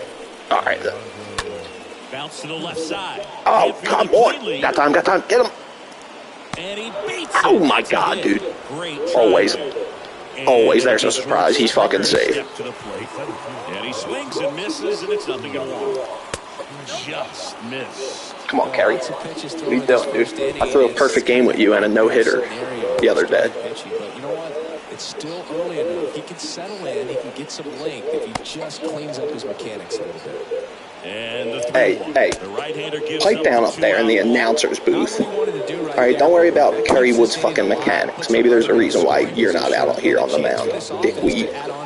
What, all right, seriously, Kerry, what's going on with your mechanics, dude? Maybe you should listen to Nothing him. happening on the bases, though. Well, with this many pitches thrown here in this first inning, I mean, you're giving the other team a really good look. He's going to have to find a way to get some. Oh, shut up, dude. They're not going to win. Swing and miss. Get into that dugout and hit the reset. It's a 9-inning game. 2 runs. You really think that's going to be enough to beat me? First and second. I mean, 2 down. you know, if I'm not being a fucking, if I'm not talking shit, then like, yeah, okay, maybe. Fouled off again. And it remains But what did John Cena tell us, y'all? Never give up. Not even when you walk the bases loaded. Ooh, and then almost fucking bring a run in by hitting the next guy. Seriously, Kerry, what the fuck, dog? It's like, it was just a 2-run homer. Big deal. It's the first inning. So a foul ball makes it 1-2. Well, he's so good about trying to drive the ball to the opposite. That's even worse for me because my infield is literally pretty much. If he could play first base, that would be clutch. I mean, because and that will end the inning. If he could play first base when I get Ortiz to fucking parallel 5, then I'd probably put Chipper in because that's what I did with Ryan Howard. Once I got him to parallel 5, then I put Ortiz in And that's outside. to level him up. Kicks and fires. Swings and pulls it foul to the right side. And here it comes. Ooh, squeeze me. To the right side. Come on. Guerrero. Oh, my phone died, that's why. So digging in, Willie Mays. I don't know, Willie. You can talk metrics and all that stuff, but no I'll shut myself the door. I think Willie Mays is the greatest defensive center fielder the game's ever seen. Oh, shit, I was looking away. Hold on. Hold on. You could repeat like the comment where like, you know, we could just wait for my phone to turn on, but God knows how long that'll take. Throw he couldn't make. He was an artist out there in the outfield.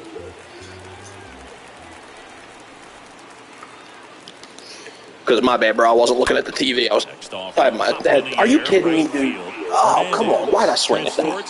Snags it for the second out. Now it's going to be Babe Ruth. Ain't no thing but a chicken wing.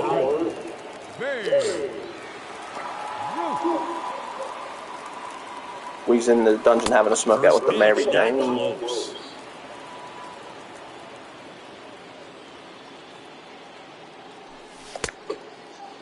Started after it, appealed to third, and he held back according to Rusty Valentine.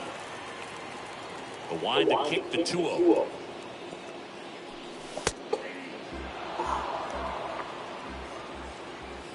Like, because, I mean, I don't know. It'd be tough because literally, I mean, especially since I paid almost $300K for him, like, I don't know if I would switch Chipper in for Ernie Banks.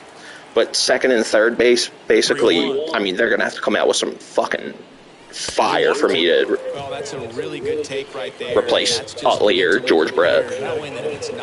They're like my 2 best hitters, basically, honestly. Oh, should have jumped on that. You know, I'm not sure one player has Come on, Big N. been face of the franchise like Ernie Banks was for those Cubs teams. Let's play 2. The 50s and 60s. The 1-1. He swings and fouls one off. Tying run at the plate. Ground Get through. Oh, my God. Get the force. Ooh, Chipper. And welcome back. Top of the second. So in now is the Blue Jays pitcher, Jose Barrios. I mean, like, I'm going to try him out, like, obviously. You know, and if he's nasty, like, if he's, like, just notably nasty right off the bat, like Utley and... Nice. Oh, word. Don't tell me anything else since it's coming out tomorrow, but that's the name of the program. Oh, yes, dude. Oh, I love the sound of that. Back to the old school. Oh, dude. Look at my fucking team. Look at my goddamn team. And tell me. Back to the old school. Tell me I'm not gonna... basically salivating at that. And first off, Got lucky with that one, Kerry. Come on, dog. You can't throw that. They're gonna make us pay for that big time. On that fastball. Like we gotta keep it at 2. 2's got to be all they score. Man. Come on. Goes Gurriel. 2 up, 2 down at the top of the second. Up next for the Blue Jays. Chapman, the next to hit, takes ball 1. Chapman. Swing and a miss. And that's strike 1. A little out front there as he swings through it. The strong second inning is a confidence builder for him, a relief for his manager. Doesn't have to get into that bullpen quite as early. The 1-2. Oh yeah, no, that's cool. That's cool. I just like you could say like whatever about what he is. You know, it's just I don't want to know who it is like that's coming out. You know, because I like to be like I like to see that the day. Oh my God, what's going on here? Well, I mean, they're swinging at dog shit pitches. That's what's going on here. But I just like going on. I do it with everything, dude. Literally, I don't watch movie trailers. I don't watch early game footage of, you know what I mean? Cool. Yeah, see, I don't follow none of that stuff, so I literally never see. Dude, come on. Tosses across the first. Yeah, see, I like that. I like that because it's like there's already most days I'm on the show. It's like, dude, it's usually same old, you know, just another day at the office, basically. So there's only a few days where it's like you come on and it's like, oh, word, they added this guy, they added that guy. You know what I mean? I like that's kind of a big part of the enjoyment for me. You know, like, or if I find out early, it kind of takes away a lot of the, like, enjoyment I would have got. You know what I mean? Next pitch misses. Ball 2. When you think about it, he may be in the league for the next 10 or 15 See, like, years. if you like it, Pitch is outside. dude, what you don't care if he's one of like your favorite players and shit, you know, like, see, like, that's why I parallel 5 like Ryan Howard and shit, you know, because appearance there, able to take the walk. Oh, you know this guy wants to swing it, but he's showing some good patience in this one. It's the second time he's taken ball 4. On what? Stands in now, looks at that one. On what though? And now it's even up. Well, like that's what's good, but like needs to get a little more confidence and that, like, it might change my answer depending on. Got him, and that's the first out. On ranked seasons, I would say yeah. Then For the Blue Jays. And he swings and I would say yeah, because that's what I was gonna say. Like if you would have said like rookie or veteran, right. That's out number 2. Well then yeah, I probably would. Man at first. Here's the center But that's what I was going to say, basically. Like, if you would have said on rookie or veteran, I would have been like, try him out online or on a higher difficulty, and then, you know, because he might suck ass. Like, you might, you know what I mean? But if you're doing, like, pretty decent with him at those levels, then I mean, honestly, yeah, I would. Unless, like, you end up, like, being in the position to get a better player, so, you know what I mean? Or, you know, you might not want to get a better player. Like, you know, I know what you were saying earlier. You know, so, but, shit, honestly, if, right through there for a strike. Basically, I don't see a reason not to other than just not wanting to. The wind and fouled off. Definitely, dude. It does take a long time to go from 4. It seems like you always get up to 4 mad quick, and then it just takes forever to get from 4 to 5 because it's basically that one almost got him. It's the same XP to get from 4 to 5 that it is to get from 0 to 4. You know. Oh, guys, come on. He might be safe. One call bottom of the 3rd inning. Good sinker low in the zone right there and produced. Am I tripping, or was that like unrealistically fast? Like the transfer from getting the ball on the ground to the throw. Kerry Wood at the plate now as he chases. Like it kind of seemed like Johnny Damon didn't even get a step in that amount of time. It's softly on the ground, left Because side. honestly, I thought he might have had a chance to be safe there, and he was out like that by that much. And a couple of quick outs. Out by basically the same amount that Kerry Wood was there getting. is. All right, I gotta fucking Not your hold on. prototypical leadoff guy. Gets on base, yes, but also some power. Okay, First trying.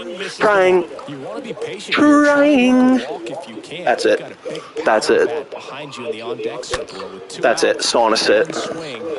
I meant next inning. Starting next inning. Gurriel handles the chance. Sawn. That ends the inning. Sit.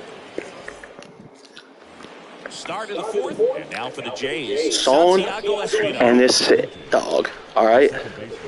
There's a strike at the knees. Because when it's on, it's it. And a pitch. Swing and a miss. These motherfuckers made me do it. They made me go and flip the sauna sit switch.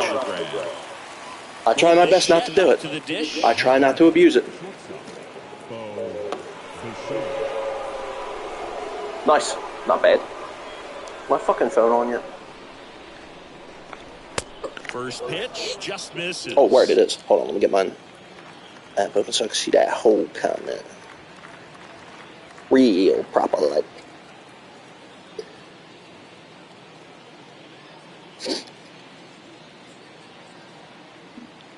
Yeah, it's a pretty solid squad, honestly, dude.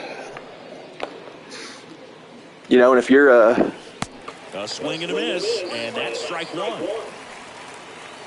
if you're like doing pretty like good in ranked seasons, you know, with Bo, like shit, you're in pretty good shape. That's a pretty good squad, then. You know, probably get a lot out of that squad.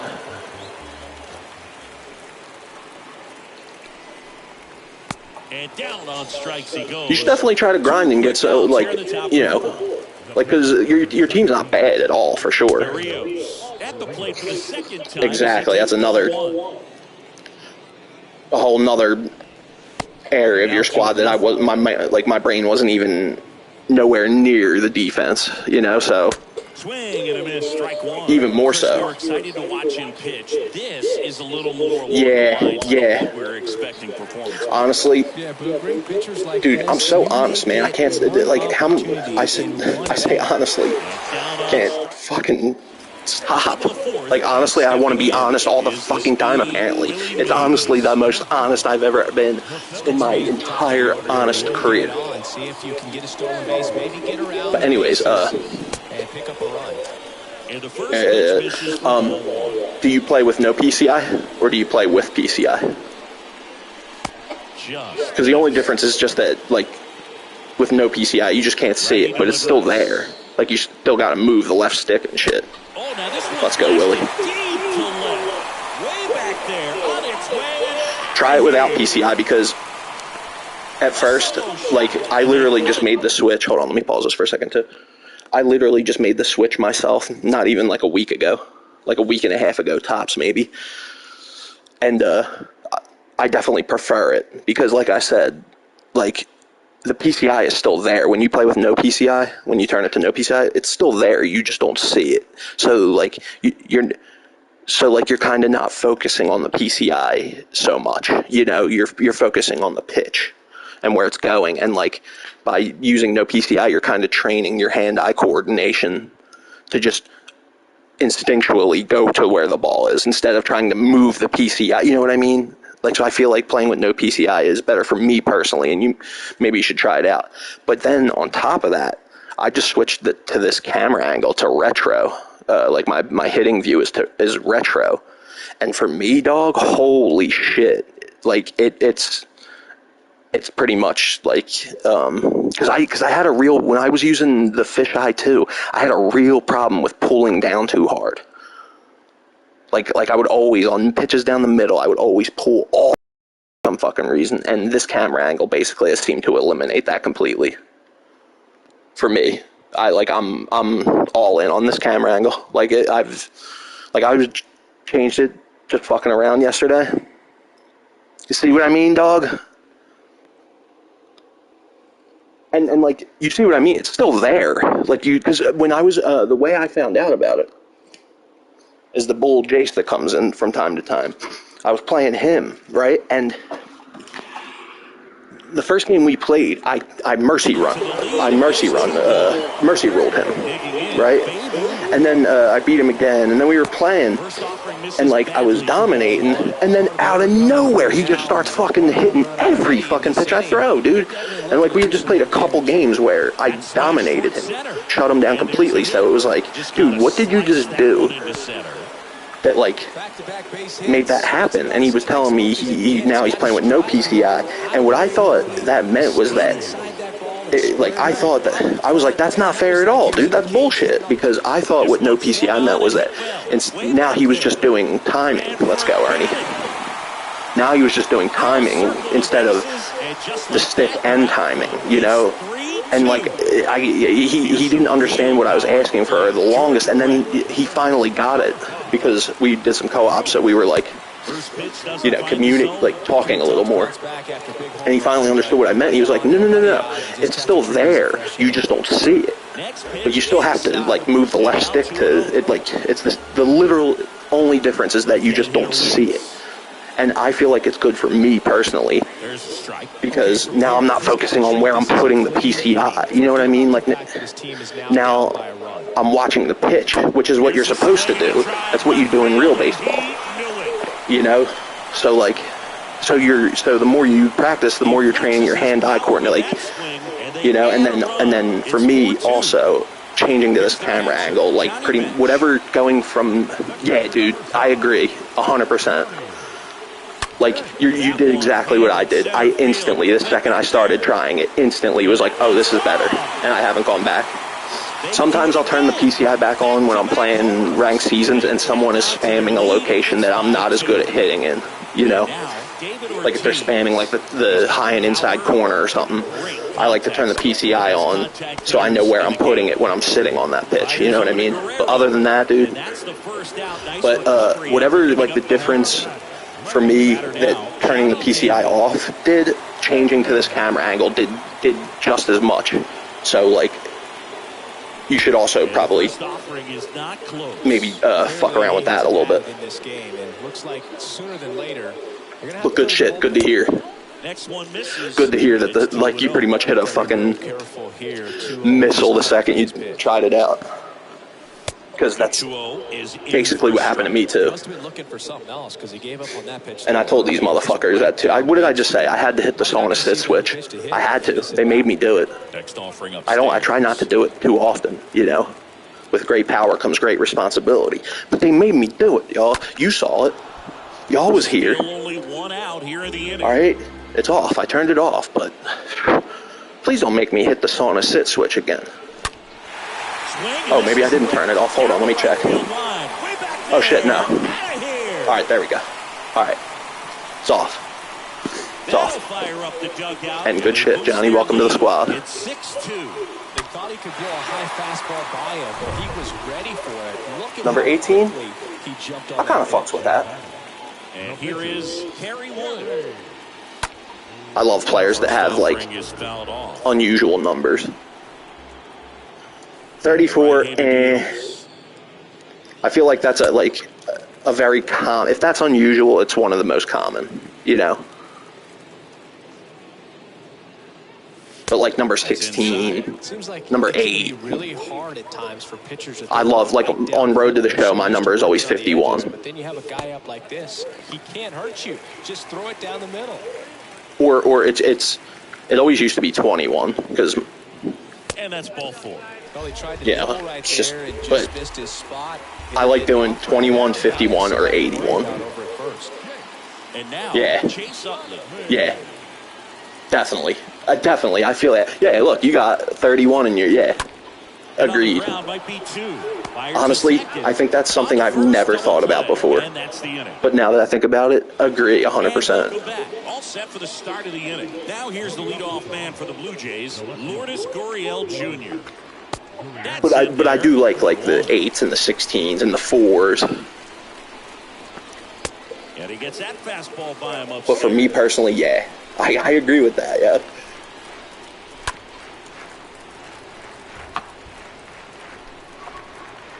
0-2 now. Swings through that one. It's a strikeout. And the leadoff man set down in their half of the fifth. Now batting, third baseman. Chapman in the box for the third time today as he takes that one off the plate. That made me start thinking, like, I wonder if you being born on an odd or even day affects anything. But, like, 1-1. to me, I can't never get down with none of that, like, horoscope shit or none of that stuff. Because, like, literally for the simple fact that the Earth and the Sun are literally fucking hurtling through the galaxy at thousands of miles a fucking hour. So the Earth and Sun are literally never in the same fucking position. So how could there only be 12 zodiac signs then? Like, literally, there should be infinite. There should literally be infinite zodiac signs then. And you know what I mean? Like, because... He was late there. Because, like, I just remember this one, like, I was kind of, like, not arguing, but I was debating this one chick about if zodiac signs and astrology and all that shit is, like, A wind in the pitch.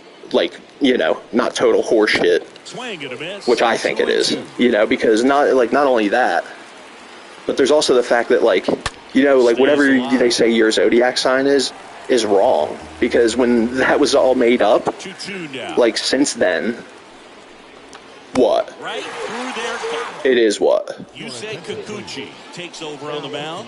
Well, at this point of the ball game, we're talking about middle innings, and we need a little length out of this arm coming out of the bullpen. We'll see just how many outs he's able to give his skipper. Oh, definitely. I didn't know if you were asking me about, like, the galaxy and the sun, or, like, if, you know, I didn't know if you were, like, asking. Definitely, it's total bullshit, dude. Because it literally, like, you know how, like for example, I'm an Aries, right? So apparently, like, I definitely have all the traits of an Aries, right? For sure. But my cousin's a fucking, what's the one right before Gemini? I forget, but he's that, and he has all the traits of an Aries too. You know what I mean? Like, they literally, like, it's all based on general human emotions and, like, temperaments. You know, something that, yeah. So, like, but, like, what's the like thing of a Gemini? Supposedly multiple like personalities, not in, like, the literal multiple personality syndrome way, but, like, you know, I think of Tupac, who was a Gemini, and they say there was 10 different sides to Tupac, but isn't that everybody? Isn't there 10 different sides to everybody? So, but, like, people will read that shit and they'll be like, oh, that's so me. Oh my God, that's so true. Like, well, no shit. You know, no shit, it's true. They're basically telling you have. And for Ernie to keep that cheerful demeanor is even more. So does everybody, dog. Considering a lot of losing seasons for the Cubs that he endured. I tell you, I know I have definitely two distinct personalities. One is the me when I'm pissed off with no weed, and the other one is the me when I'm happy as a pig and shit with weed. You know, like, that has nothing to do with my fucking zodiac sign, like, you know, and that's not, those are two that stand out, but then there's the me when I'm, like, happy, like, chilling, there's the me when I'm, like, you know, everybody's got multiple, it's like, like, it's cool and all, like, you know, like, but like, just the people that, like, base, like, their life decisions on that shit worry me, honestly. Like, please, I hope y'all never get elected to public office. And he moves up to third, now 2 away. You know, same with, like, Christians and stuff. I don't got nothing against Christians. I even used to be one. Who the fuck just said something?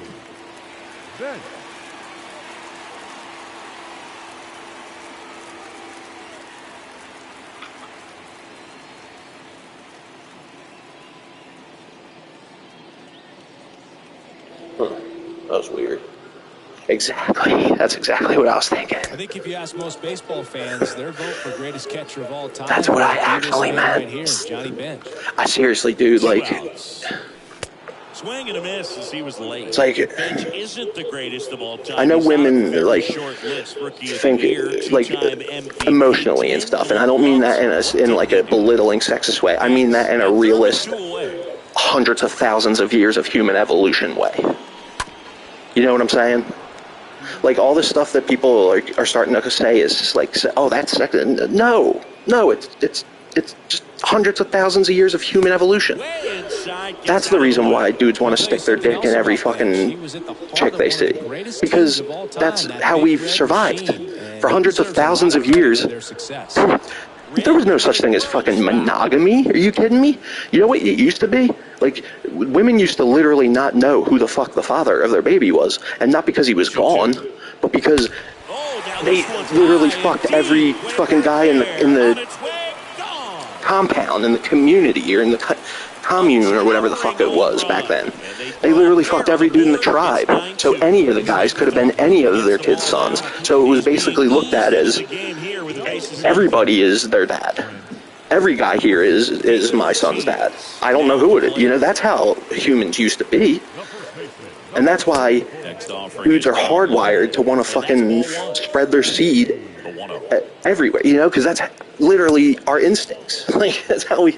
So, like, when we live in this like imaginary, like, sophisticated, civilized society where people like to pretend, like, you know, and like, so then you get shit like, oh, that's so sexy. Like, when you say stuff like, you know, girls think emotionally and react emotionally. They do. They do. It's not. I'm not trying to belittle them, and it's not. I don't. It's not me saying I think that they're irrational because of that. Like, it's just, do your thing, dog. Do your thing, man. Yeah, I know that feeling. Been there many times with this many games to go. Yeah, but do your thing, dog. Like I said, you ain't got to even tell me. You know, I ain't got that type of shit. Don't hurt my feelings. You know, I'm not that type of dude. Do your thing, bro. You know, appreciate you. Just let me know. And the leadoff man aboard. He's probably already out the door. Like, dude, I ain't even hearing you, man. I got fucking sweet and sour chicken on the mind, yo. I know that feeling too. I'm going through Chinese food withdrawal, and I need you to shut the fuck up for a minute here while I get my fix. Damn it. Now, fuck. Now I want Chinese food. Fuck. There's one away. I'm broke as a joke. And at first, here's George Springer. A strikeout and a walk. And he swings and misses. And my mom has COVID. Just missed. And a count 1-2. Right-hander kick steals. And the 1-2 misses to even the count. Almost 100 pitches through 5 1/3 innings. Dude, that's ridiculous. Seriously? Oh my God, I'm at 100 pitches in the 6th inning. Now a blast to left center. Yep, that makes. Yep. There, on its way, out of here. That'll do it. George Springer takes it deep, and they inch closer. It's 9-4. Dude, I wanted to get carry the complete game because that gets, you know, good XP for him. And I got like 2,500 to go basically. But 100 pitches in the 6th inning. There's no way we're making it to a complete. I don't care if he has 4 runs. I'd let him go for it, but it's the 6th inning. Maybe. It did look like his energy was in green there. Still. It's going to be cutting it close. Hopefully we could get a quick inning.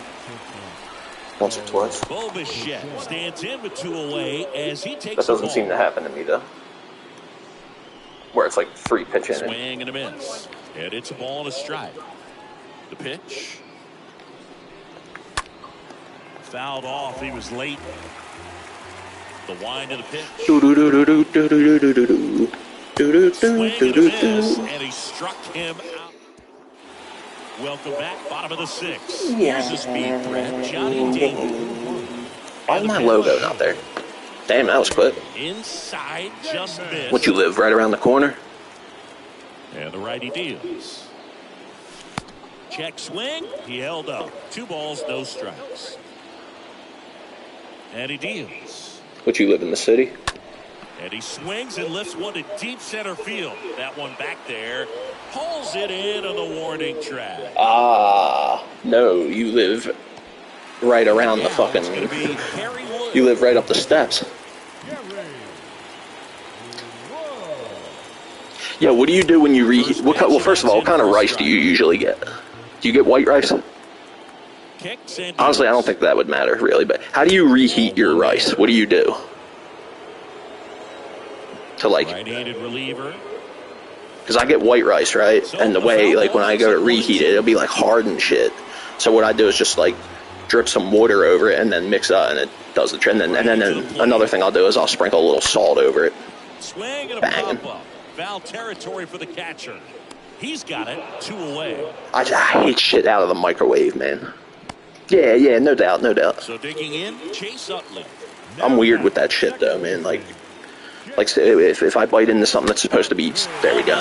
And, like, say something's supposed to be soft and I bite into it and there's something hard in it, dude, it will, like, literally, that will kill my entire appetite. I don't care if I got hunger pangs. My stomach hurts like a motherfucker. You know, if I bite into, like, a burger or something and, like, there's something chewy, like, I'm really, like, really weird with that type of shit. Let's go.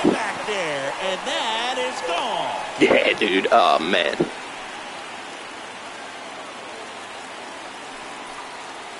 His second home run of the game, and they tack one on. You know what I hate? I hate seafood. It's fucking disgusting, honestly. To me, I don't know how people eat seafood.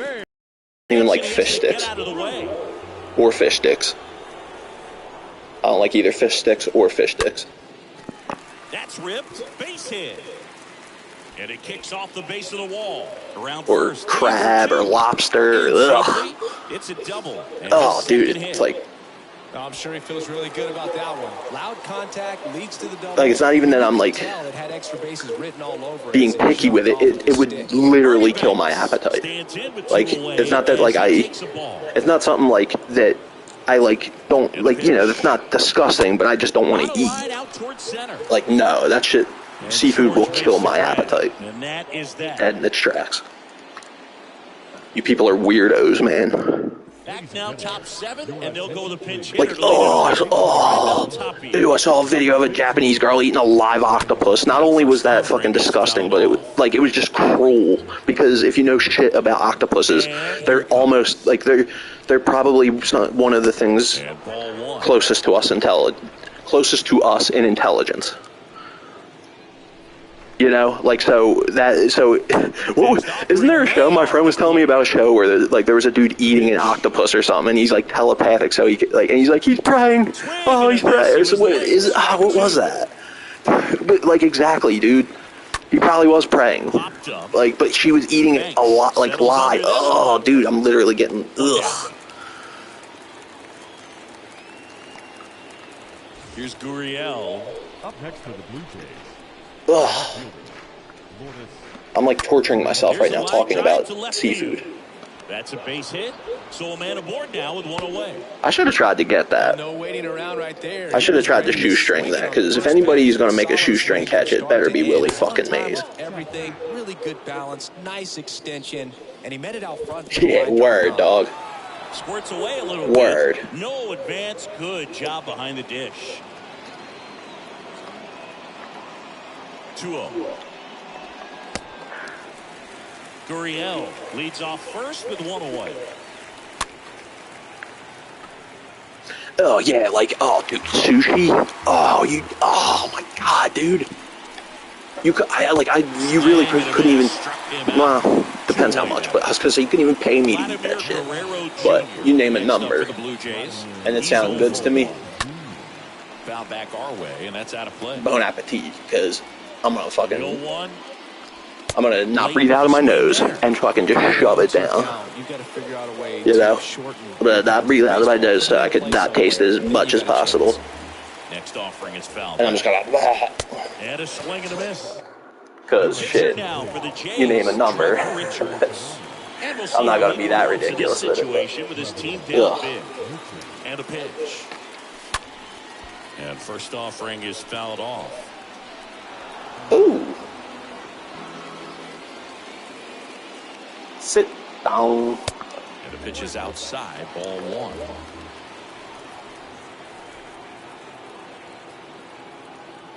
But what is it? Dolphins. Like killer whales and dolphins. And,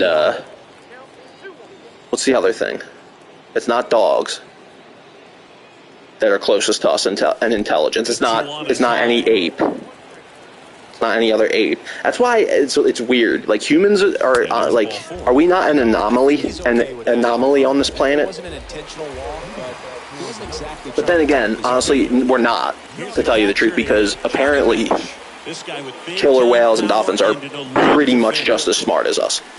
The only thing is, the major difference between the two of us is that we don't live in the ocean and we can manipulate our environment. You know, and do things such as build shit and make shit. They can't do that. That's why. To center field, and that is Springer. That's why there's no record of any attack by a killer whale on a human in the wild, but like case after case of attack and killing of humans by killer whales in captivity. Because they know what the fuck, they know they're in captivity, basically. Just look at the back you know? of the bubblegum card. You'll see how. There's a swing and Them things interest the hell out of me, though, dude. Killer whales, just go. I want to get this fucking game over with, please. Throw behind the runner. They've got him doubled off. How the fuck did that just fall? Dude. Ready to begin the 8th. And now Teoscar Hernandez. You believe in ghosts? First pitch, and he just misses. And a big swing and a miss. I would like throw aliens and shit in there too, but it's pretty much ridiculous at this point to not believe the aliens exist. Yeah, I'm kind of too, because I've never seen anything, but I've definitely for the second time today. Had some weird shit happen to me, dog. Well, first of all, well, as far as aliens go, like the question of whether we're alone in the or not in the universe is pretty much ridiculous to think that we are alone in the universe. I mean, it's just even according to the rare Earth hypothesis, which basically says life is the most rarest freak occurrence, unique thing in the universe. Even according to that hypothesis, there should be millions of other civilizations out there because of how big the fucking universe is. Like, we just can't fathom it. We can't fathom them. You know, but but the question, I think, it's not whether or not aliens exist. That's the question. It's whether or not can they get here. That's the question. Because I think, because basically to be able to travel at light speed, you basically need an infinite energy source. Because to accelerate something to even near light speed requires basically all the energy in the fucking universe. Like, you know, that we know of. Like, you know, barring something that we haven't discovered yet or something, you know. Like wormholes, you know, like if we were able to, like, verify wormholes or damn, this Johnny Damon's nasty. But ghosts, I feel you, because I've never seen anything, dog, but I've had more than a handful of fucking really weird shit happen to me. Alright, so basically, my grandma died literally right where I'm standing in my room. And I've had 4 cousins supposedly see an old lady in my house. Like, you know, 2 of those cousins knew what that grandma looked like, and they said it was her. I don't know if I believe them, but my 2 younger cousins, like my Aunt Joanne and her husband, were going through like a divorce, so my Aunt Joanne and her 2 daughters were like staying here, and when they were sleeping in the living room, one night supposedly they woke up and saw an old lady standing on the steps, like looking at them, you know. I don't know if I believe that or not. I kind of do, because they never knew that grandma, so they don't really know what she looks like, so, yeah. But that's them. Me, on the other hand, alright, so there was one night where I just walked downstairs. First of all, let me get, what do we got? Bottom of the 8th now. Now to the plate, the pitcher, Dude, I keep fucking hearing. This is what made me ask you this question in the first place. First pitch misses for ball 1. Anyways, so one night, I just went downstairs to get like a drink or a snack or something. You know, literally walked downstairs, and my house is tiny, tiny, tiny, tiny. So like the kitchen and the living room, the whole downstairs is basically like one open room, essentially. You know, so it doesn't take much, doesn't take long at all to walk down the steps and be in the kitchen. And so I was basically going down to get a drink or something to eat real quick, and like literally going right back up, and all the lights were out downstairs. So it was completely dark, and something fucking, so I go down. Swings through that one. 0-1. He can live up in the zone all game if guys will chase it. That's just too much velocity. Hitter's got to look down in the zone. And a ground ball to first. The flip to the pitcher covering. Pitcher gets to the bag for the out. So up next, Willie Mays, a guy who makes an impact not just at the plate but also in the field. First pitch doesn't find the zone.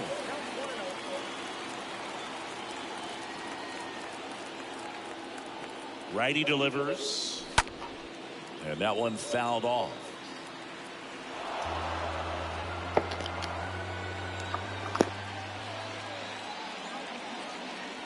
Here's a 1-1.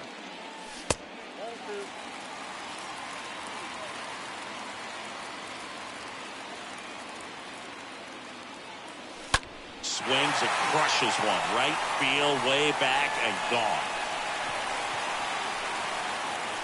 That's his third home run of the game. And they add on. It's 13-4. Out of the bullpen for the Jays, Tim Mesa. Big deficit here, but he's still got a job. Oh, definitely. No. I would have gotten to that eventually, but hold on, just give me a second. Now batting, the right fielder, Bay. First pitch, and he just misses.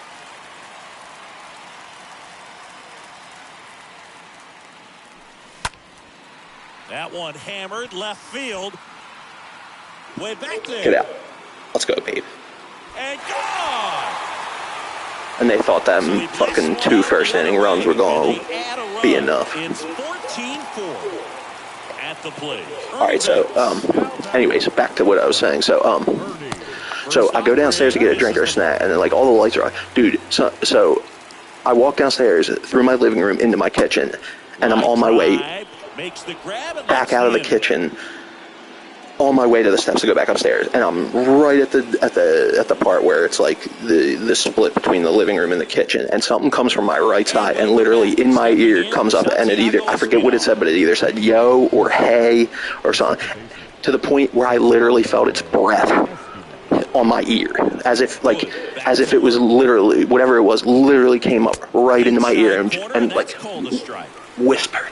Like, right on my ear. Like, not only did I hear it, I literally felt its fucking breath on my ear. Like, it was the weirdest shit, dude. And I, like, when it happened, remember, all the lights are pitch black downstairs.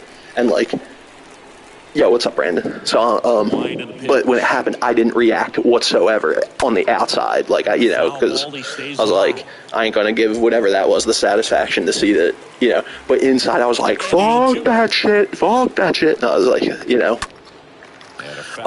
so I don't know what that was, because I'm telling you, it was like, it'd be one thing if I thought I heard something, but it's a whole nother thing that I heard it and literally felt its fucking breath. I swear to God, yo. Like, that's no bullshit. All right, now, that's one thing. There was one time where I was sitting on my chair playing my guitar, and my mom was, like, opening my door and was standing in the doorway. And when I say I'd never seen anything, I always forget about this, but I'm not 100% sure, though, but I was looking, and I looked up at her, and I swear something darted behind her, something black darted behind her out of the bathroom, like behind her down the hallway. I swear to God I saw something. But I'm not sure on that, because, maybe it was just my hair or something. I didn't have long, like, I only started growing my hair out recently. Like, when that happened, I always had short hair, so it wasn't my fucking hair. But, alright, now that was that. Now, here's the 2 things. Wait, what? Are you saying sorry you came back, or sorry I came back? Like, I just went somewhere. It's because I hope it's the second one. So I was going to say it, though. And the first pitch misses for ball one. So when I was a real little kid, well, not a real little kid, actually, what would I have been? Would have been like 11, Runner at second. 10 or 11-ish when this happened. The 2-0 is in So for a strike. my mom, like, when I was that old, she, like, kind of, like, relapsed on drugs and shit, and she, like, That one down the line. moved away. It was just foul. I have no clue what that means, bro. So, like, my dad ended up getting, like, a girlfriend or whatever, and she had a son. And, like, we were, like, we weren't, like, two chums in a bucket, but, like, you know, we were cool enough to where I was sleeping over at her, like, this is my dad's new girlfriend's house. I was sleeping at her house, and, she was sleeping down on the couch downstairs, and me and her, like, her son Mike were sleeping upstairs in her room, and Mike was up on her bed, and I was sleeping down on the floor, right? Now, I don't know if you've ever had, like, a friend or a cousin or something that was the type of person that always, like, when they would come out to sleep, okay, cool, bro, no problem. Like, when they would come out to sleep over, before you would even get home or whatever, they would be crying and wanting to go home. That was never me, all right? Like, just set the little background. I never, ever fucking had my parents come to get me or something, you know what I mean? So, anyways, back to what I was saying. So I'm sleeping on the floor, and she's up on her, or Mike's up on her bed, and she's downstairs. And I wake up to literally everything in the fucking room. Like, it was some movie shit. Like, the drawers opening and slamming, and, like, the shit on her bureau spinning, like... Yeah, no. That's different. Like if you, like, if there was an actual reason, like, that's understandable.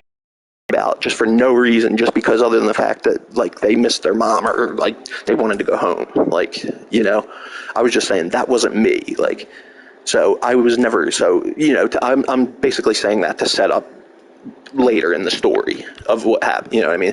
So I wake up, literally everything on her bureau is spinning, the drawers are opening and slamming, dude, everything in the fucking room is going. And, like, I stood up to, like, be like, what the fuck is going on? And it, like, you know, it was still happening. Like, you know, like, so this isn't something I was dreaming and woke up. And, like, because it was still happening, and it scared me so fucking bad that I ran out of their house and would not go back in there and had my dad come pick me up and take me home, right? So that was when I was like 11 or so. Now, when I was 17, I think, I had a cousin, basically, that is the cousin I was talking about earlier. He basically grew up with me. You know, like, as if he was my brother. Like, he lived here for years. We had, you know, the room I'm in now used to be our room, not just my room, you know. And but there was 2 times, like, you know, the first time he left, he, like, ran away basically and ended up living at my aunt's house or whatever. And then he moved back in, right? And he ended up running away again. Now, the thing that I'm talking about happened on the night. Literally, the second time he ran away, this is the night that he, like, ran away. But I don't know that he has ran away yet. I still think he's just out at his girlfriend's, and he'll be coming home soon. And there had been a couple of times where I'd been sleeping, because, you know, where my bed was at, my head would have been right at my window, and my windows are right above my front door, right? So there was a couple of times where he was supposed to be home, and, like, you know, he got home later, and, like, I would let him in the front door or whatever, right? So the night that I'm talking about, again, see, this is both times that this happened to me, I was coming out of a sleep, but both times it continued to happen as I was, like, getting up and, like, first, like, you know, and I've never, these are the only 2 times this has ever happened to me in my entire life, right? Like, I don't have sleep paralysis. I don't, like, that shit never happens. Like, this is literally 2 times in my entire life that something like this has happened. Now, I told you, yeah, I'm going to play the Astros, I guess. I'm just picking an 80 overall team because, you know, I don't want to, like, I actually want to, like, kind of have I just don't want to, you know, easily win. So back to what I was saying. So I'm basically laying on my bed. Now, I'm not asleep. See, the second time, I wasn't even actually asleep. You know, like, when you're, almost asleep, but like you're still awake and you can hear like what's going on. So I'm dozing off, I guess. And on a side note, I don't believe that either time was a result of me being asleep. Because again, nothing like that has ever happened to me any other time. Like, I don't wake up and think I'm somewhere else, or like, I don't wake up and like be seeing shit. You know what I mean? But like, so the second time, anyways, so I'm laying there. I honestly don't even think I was sleeping or dozing off, but I was laying on my bed with my eyes shut. And all of a sudden, I start hearing or feeling or whatever, what I think is my cousin banging on the front door, right? To like let me, to come let him in. And like, as I'm getting up and shit, like, it's still happening or whatever. And like I said, remember, my bed is basically right at my windows, which are right above my front door. So it only takes a second for me to stand up out of the bed and look out the window. Like, open the window and look out. So I do that, and when I open the window up and look out, there's nobody there, and nobody's knocking. And I realized it wasn't nobody knocking. What it was my entire fucking bed was being violently shaken. Like violently. Like, and I didn't realize it until I looked out the window, and nobody was there. This happened, the second time I was probably like 17, so a while ago. The first time when I was at my, it was, I was like 11. Now, yeah, so I get up and I realize that it's not my cousin banging on the door, but my bed was literally like as if someone was standing, because this bed was a bed that used to be part of a bunk bed. So like it was the bottom, so like basically there was like something that like came up down at the foot of the bed and something that came up at the head of the bed. So it was as if someone was standing at the edge of the bed with their hands on the thing and just using all their strength to shake the bed. That's as if that was what. So those are basically the things that have happened to me, and I've never seen anything, but that dude, whatever whispered in my ear, that was not imagined, or like something fucking came up and whispered in my ear. Like I said, it'd be one thing if I thought I heard something do that, but the fact that I like literally as if it put its mouth on my ear and then said it. Like I felt its breath. I felt like if you got your girlfriend in there. Like, if you're with your girl right now, have her literally put her mouth up, right up to your ear and like, go. And what that feels like is exactly what I felt. And those two times, oh yeah, whatever, I was just saying, if you're with someone, come on now. If you're with someone, just so you could, like, because this was not imagined, trust me. It's not like I thought I heard it. It'd be like, and that would be an awful big coincidence to not only think I heard something, but to think I felt its breath on my ear. Like, come on, that's ridiculous.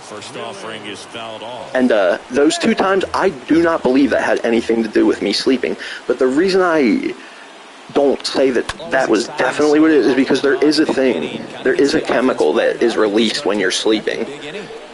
And that is where sleep paralysis does come from. But what I was experiencing was not sleep paralysis, because both times, if you remember, I said, what did I say? As soon as I woke up, I jumped up. The first time, I jumped up off the floor and was like, what is going on, looking around me? I don't think it's dopamine. That's what's like released when you're like happy and shit. No, and it's a chemical that's released not only when you're dreaming, but also when you're about to die. Like a lot of whatever you call them, not physicians, but like people that research that shit, they think that that's where that there's an actual chemical that is released and you actually see your entire life flash before your eyes right before you die. It's basically a chemical that's released to comfort you. Like, that's how people know they're dying, basically. Like, how people know they're dying? Like, it's that shit starting to be released or whatever. Oh, I have. I already have. Had a few. Yeah, I was about 2.5 seconds from being murdered, straight up. like one night, probably in like 2015. And yeah, dog. Dude, I go to get a pack of cigarettes. It's like 2:33 in the morning. And where I'm from, there's a store called Whoooowayyyyow. You know, it's like a mart or whatever. And I go there to get cigs. And instead of turning right out of the parking lot to go home, I turn left to like basically do like a joyride lap around the, like, you know, like I'd end up driving past my old high school. Like I live kind of like, it's not the city, like it's technically the suburbs, but it might as well be the city. Like it still looks like the city. You know what I mean? So like, you know, like there's like it's just like a lot of places. So I pull out left, and I'm going down the street, and I'm almost at the. Honestly, this happened almost right directly out front of my old high school. And in my rearview mirror, I see some dude flicks his lights at me, and there's like it's 2:30 in the morning. Literally nobody else on the street. It's just me and this other dude, and he comes flying up on my rear, right? And I'm thinking, oh, it's just some dickhead kid that wants to drive really fast or something. He's going to fly around me. And first offering is fouled off. One down, base is Hold on, yo. This ball is hammered deep center field. Way back there. On its way. Out of here. He'll touch them all. And they add to the lead. It's 5-zip. And I hate the feeling first baseman, being David listened to. Ortiz. Batting seven, the first baseman. Here's Like, I hear my puppy out outside my door. Toss over to Goodrum. Got the That usually means that These offenses are. There's a lot. there's someone with there out there. So You know? down now, and here is anyways. Johnny Damon.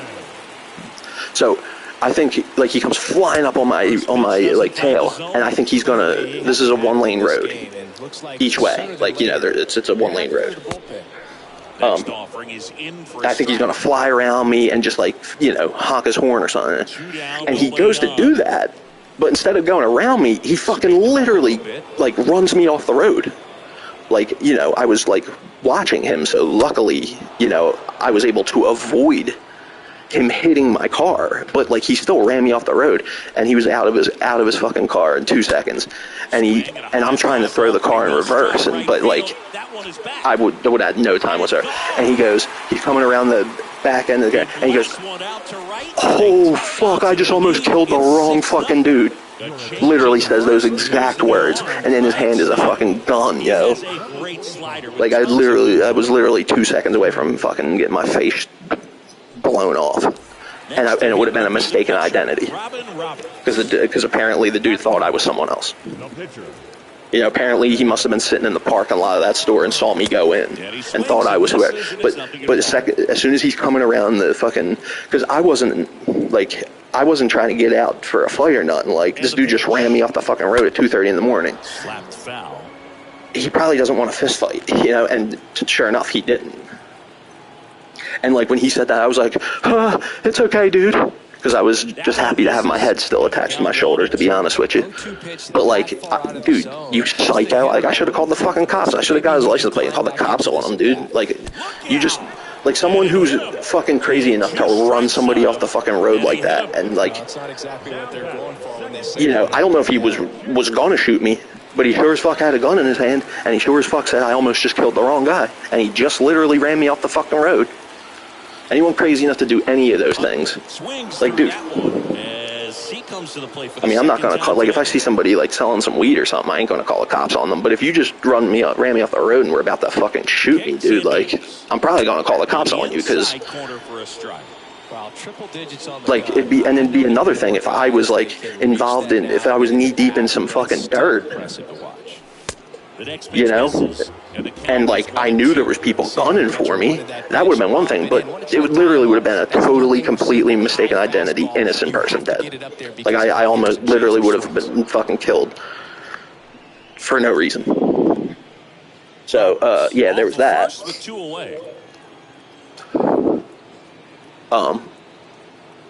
Got hit by a car. Well struck right field. And he goes aboard to make the catch. There was one time. Hold on, I'll read that in a sec. But there was one time me and my one friend his parents had a short house, and like a bunch of, we had a group of like 15 of us or whatever in our friend group, and a bunch of us went down to a short house, and we were driving home, and I was driving like a complete douchebag. Oh fuck! Come on. Yeah, I was driving like a complete douchebag, and we were behind this one guy. It was a one-lane road, of course, and as soon as a turning lane opens up, I go to fucking fly around him. But what I don't realize is that it's not it's a very, very short turning lane, and there's a curb that like goes up onto a median, so it's basically a ramp. And I was going about 100 miles an hour, and if I would have fucking hit that ramp, I would have flipped my car and probably fucking decapitated the both of us. You know what I mean? Like, so that was pretty scary. We were laughing our asses off, but that was really fucking close. But that would have been my fault. That wasn't someone fucking. Okay, all right. Oh, yeah. Yep. Why to kick the pitch?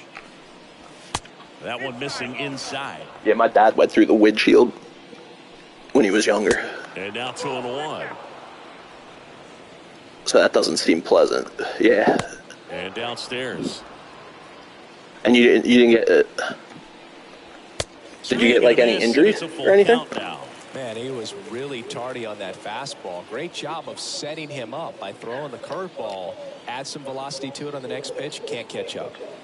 Yeah, that's where pretty much all road related fatalities are because the person wasn't wearing a seatbelt. Like, for example, the story I was just telling, neither of us had our seatbelts on, but if we did and that would happen, we maybe could have lived. But like, so you didn't even get burned by the engine? He was out front. Next offering misses. Or like there was no like motor oil leaking out on yours, nothing. Damn, yeah, you're lucky.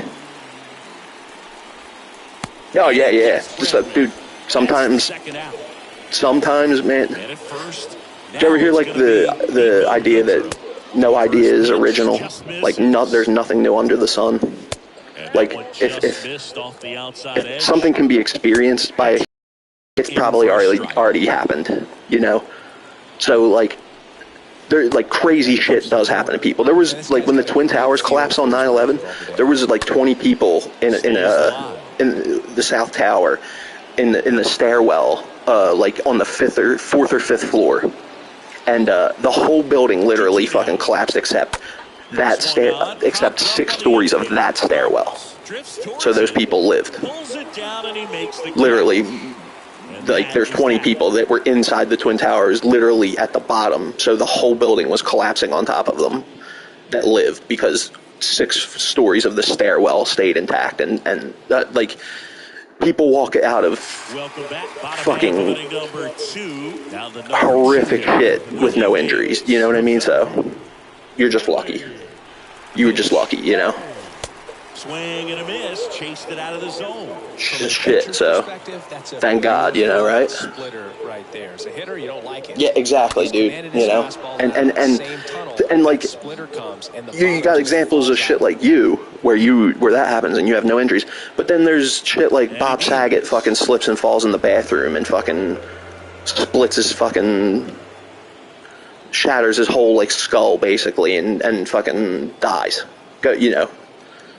I guess didn't. He must have like woke up groggy and like had a splitting headache that he thought he must have just fell on his head, but he didn't know that his fucking brain was bleeding, so he basically laid down to go to sleep and basically laid there and died. But he must have slipped in the bathroom and fell and hit like he had to have hit the back of his head on some kind of corner or something because the way his skull was shattered, it was exactly that kind of, like when you fall and hit your head really hard on the corner of something, it literally breaks your skull all the way around to the front of your face to where like your eye sockets like get right, and that's exactly the kind of injury he had. So, so life is crazy, dude. as he you know? through strike one. I mean, it's a cliche, and it's like blah blah blah, but like Ernie's part of an exclusive club, one of just a handful of guys. you really do just aren't promised tomorrow. I'm not gonna say so. Live every day like because that's impossible. How the fuck? How could you? Unless you're a millionaire, how could you do that? Because if I know it's my last day on Earth, I'm gonna need some money. Out number 2. Stepping in the long ball threat, George Brett. Joe Brett. But yeah, back to what I was saying. So like, MVP awards for Banks in my mind, there is a possibility that came on below 500 teams. The 2 times that shit happened to me, that it was that chemical, and I just like my brain just wasn't fully awake to the point. But I don't think so, because it continued to it continued to happen after. It's not like I woke up and it would continued to happen for a second or two, and then like no, it continued to happen like the first time especially. The second time, I mean.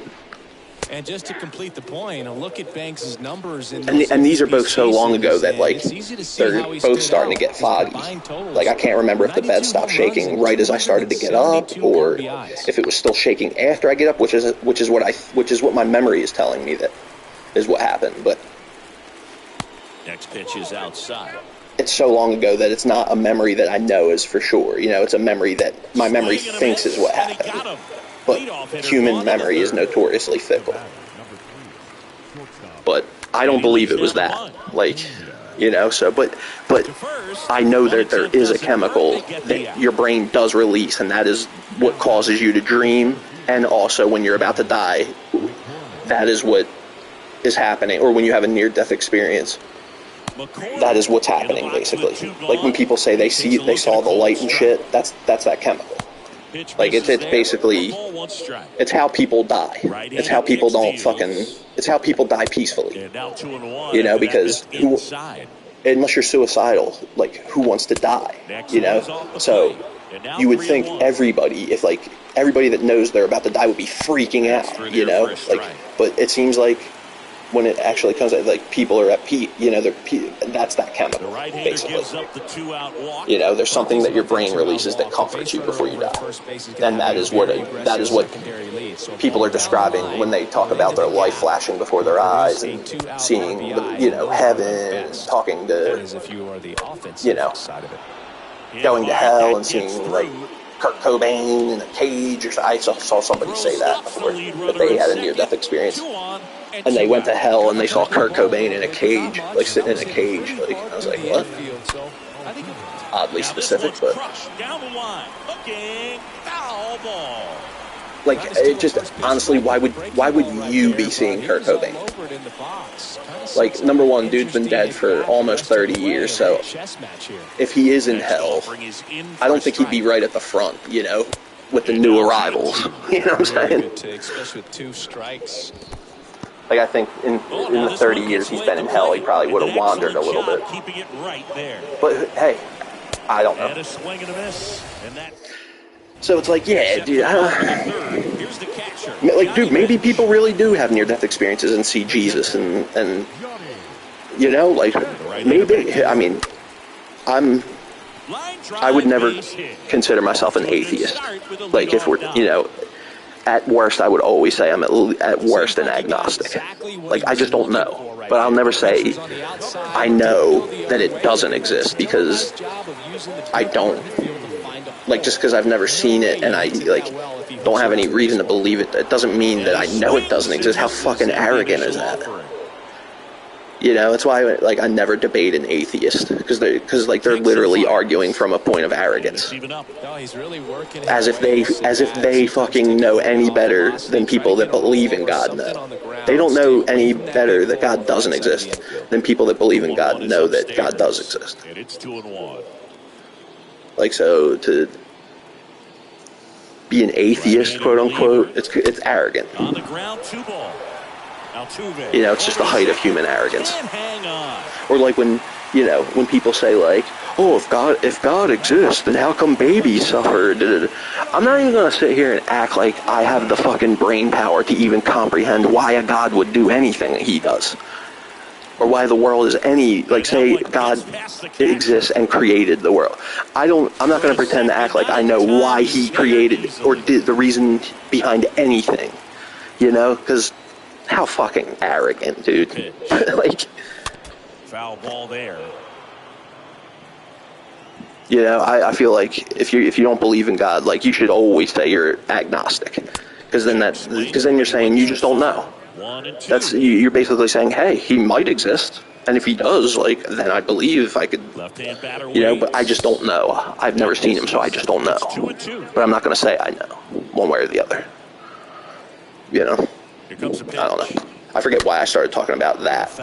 I know, like, I know the area I was in, but I can't remember specifically what made me go to that. Oh, another thing I was going to talk about that I saw. I did see something in the sky. Didn't have anything to do with ghosts, but something definitely flew over my house one night.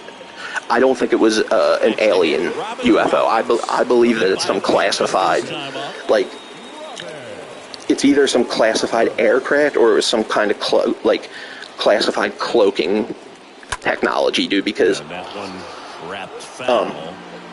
basically, like, a little, like, background. I live literally right near the airport. Like, planes fly over my house all day long on their takeoff. So like, low in the sky, right? So the thing I saw, like a plane, basically, like, I'll get to it, but the thing I saw, I couldn't make out its shape, right?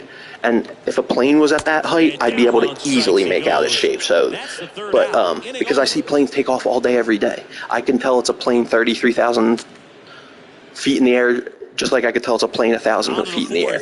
Especially because all aircraft regulated by the FAA always have a blinking white light, or is it a blinking red light or a blinking white light? I don't know. And then you'll have, like, the 747s and shit will have a blinking red and white light, right? So if you see anything flying in the sky and it has a blinking white or red light, like, it's a fucking plane. Like, but so, you know, I'm sure, needless to say, the thing I saw had neither. But so basically, I'll get into that was just a little background, just to, like, you know, just to show you how I see planes. It's something I've grown up with. Like, seeing planes low in the sky is not unusual at all for me, right? So, okay, so it's one night. This was about like a few years ago too. All the shit that happened to me has happened like a few years ago. I haven't seen nothing weird lately, but actually I did see something weird the other night, but like a month ago, but that's besides the point. So the night I'm talking about, so it's about this time, honestly. What time is it? Yeah, 2:30, 2:35, 3 in the morning, 3:34ish, right? And I'm doing exactly what I'm doing, I think. I was probably playing like Black Ops 3 or something, but I was definitely standing right where I'm standing now, and I was, you know, and I start to hear a jet engine. You know, that's another thing why I was talking about the airplane, living near the airport, because I know what a jet engine sounds like, you know, like I've heard it 10 bajillion times or whatever. So I start to hear what it was, a jet engine, right? But it's so fucking loud, dude, and it's getting louder and louder and louder to the point where it's rattling my windows. Now, again, I live where planes are taking low in the sky, and never do they rattle my windows. But this thing is so loud, and it's rattling my windows, and to the point where I think if a plane isn't about to crash into my house, it's about to crash very close because of how. So I go to duck and look out the window, and the second that I, you know, bend over and duck to look out is right as it's coming over my house, and it's flying from the back of my house to the front of my house. And if you remember what I was saying, my room is right above my front door, so my windows face to the front, like, you know, looking out the front of my house. So basically this thing is coming straight over the top of my house from the back to the front. So as I duck out the window, it's just coming over my house into view. And when I first lay eyes on it, my brain like comprehends that it's a plane with its, but instead of its wings being horizontal, its wings are vertical, right? And if you know anything about those jumbo jet 747 things, they like if it flips vertical, it's already going to have lost its lift. Like those planes aren't aerodynamic enough. They're not like agile enough to do like barrel rolls and flips and like if their wings, if one of their wings, say like how a plane tilts when it goes to like turn to the left or turn to the right. If it turns too much to the right or too much to the left and the wing dips below a certain angle, the plane will lose its lift and fall out of the sky, right? So when I lay eyes on this thing, that's what I think I'm about to see. I'm thinking it's a plane with its wings vertical, and that I'm about to see a plane fall out of the sky. But it doesn't lose altitude, doesn't lose speed, and just continues down towards the city. Now, the reason I thought it was a plane with its wings tilted is because this is what it looked like, and I just don't know how to fucking describe this thing. This is the best way I can describe it. So take like a pencil, or like imagine like a lowercase L, and like put it up in the sky, right, and then put one circular white light at the top of the L, and then one white light at the bottom, right? And then take the L away so that it's just the two lights in the sky. That's what I saw, right? Now, this thing's so low to where it was so loud and it was rattling my windows, right? Now, so this thing couldn't have been more than, like, if I think, like, the Twin Towers, like the Empire State Building, they're about 1,300 feet in the air. This thing was probably, if you were to stack the Twin Towers that collapsed and, that were destroyed on 9/11, if you were to stack both of them on top of each other, one on top of the other, that's about how high this thing had to be. Now, the only thing I could make out, again, remember I told you, I live near the airport, I can make out a plane in 2 seconds, instantly, like I can literally, even if it's all the way at its maximum height, I can make out the shape of it and stuff. This thing, I could only see the two lights. I couldn't even make out the shape of it. I don't know if it was shaped like a lowercase L. I like that, but it's the best way I could describe it, because all it was the two white lights. But I couldn't see an outline of anything. I had no fucking clue what this thing was. Like, I live near a Boeing, I don't know if Boeing is, like, just one place. Like, I'm sure it's not. I'm sure there's multiple factories and shit all over the country, but I live near one of them. Now, what I think it was is some experimental classified shit that I'll be watching the news in 20 years or something, and they'll have just declassified it, and I'll be like, that's what the fuck I saw. That's what I saw that night. Because... dude, it was weird, like, and I don't know, like, for all I know, the thing could have been like any shape in the world. The only reason I say it's a lowercase L is not because that's what I saw. It's just literally the two white lights.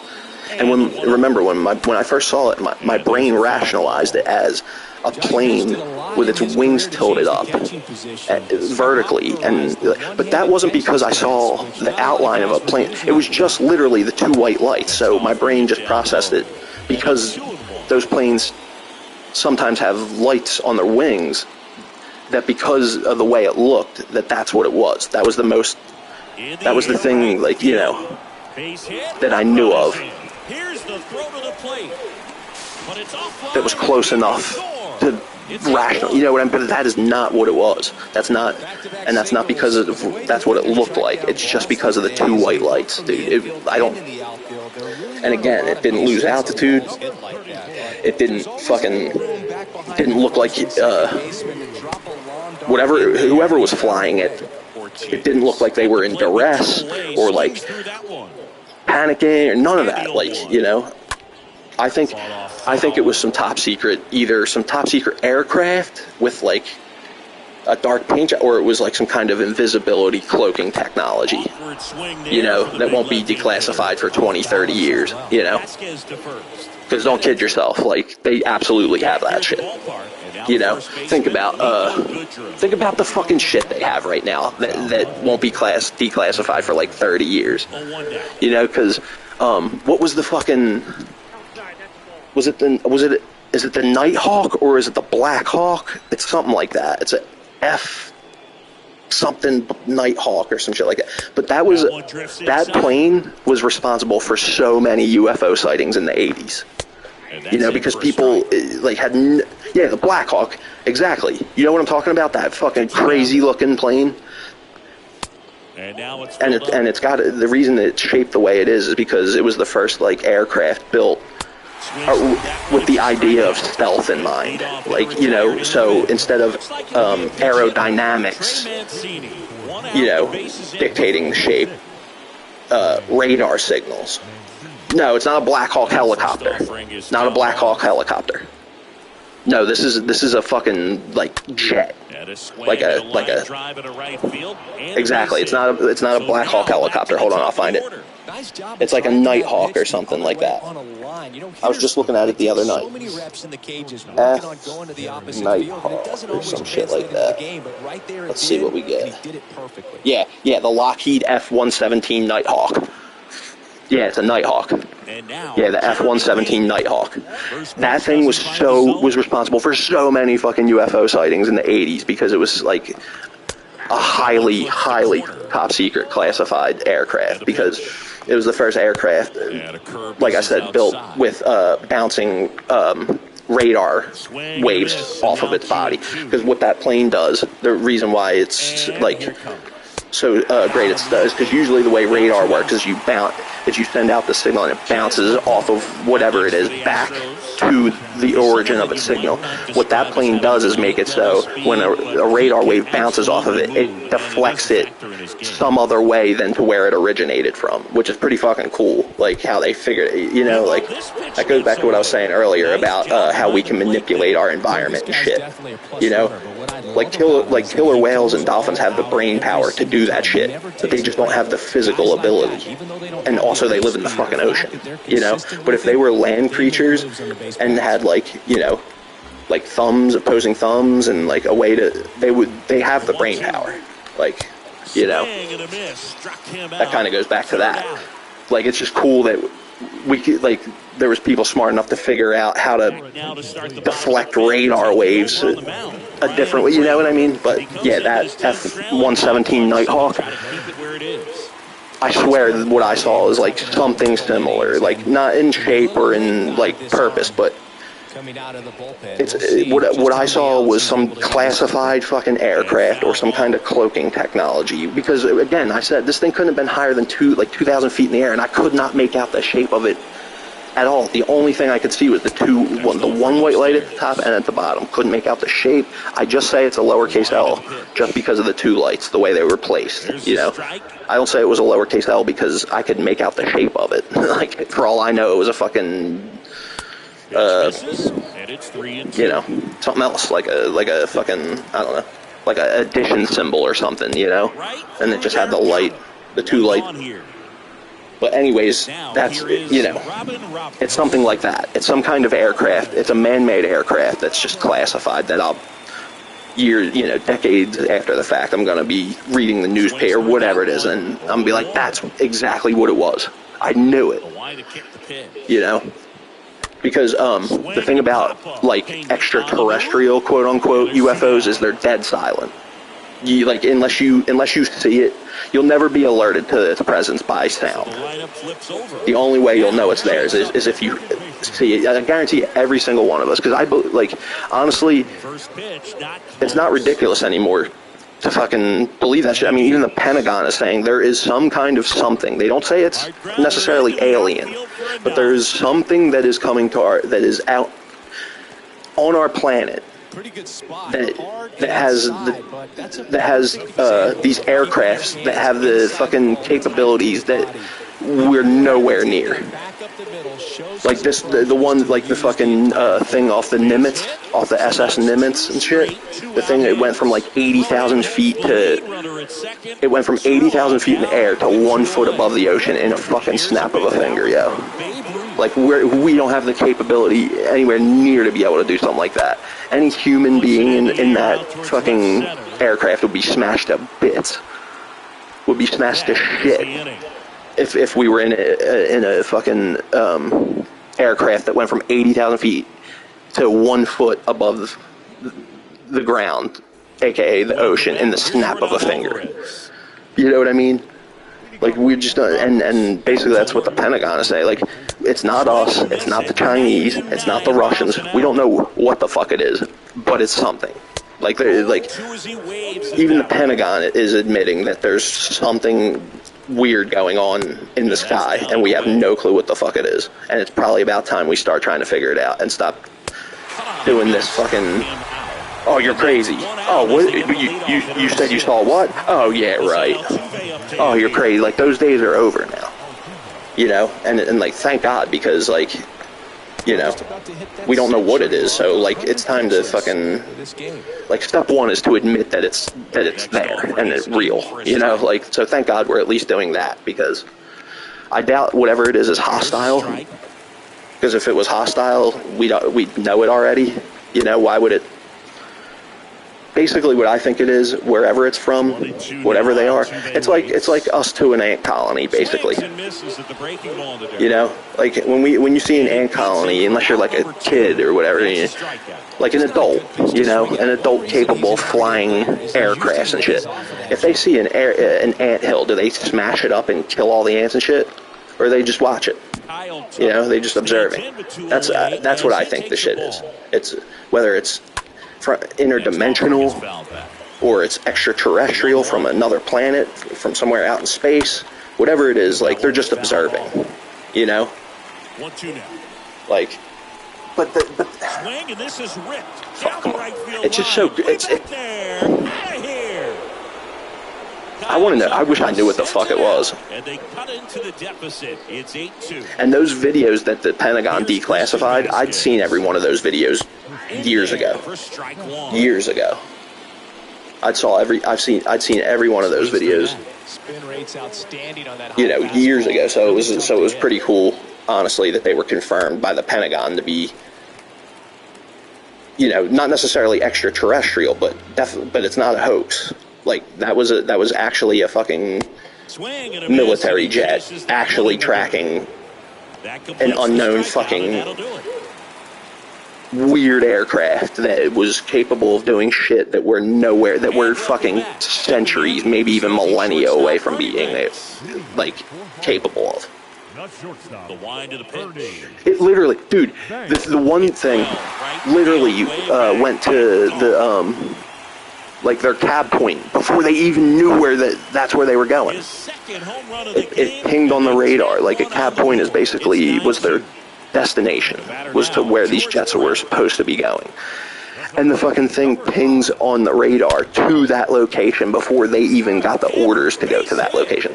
So whatever it was able to hack into the communication system and know that was you know what I mean? Like, before, like, these things allegedly are seen all the fucking time over areas where we got nukes stored at, and like routinely they shut the fucking whole facility down just to show, basically, allegedly, you know.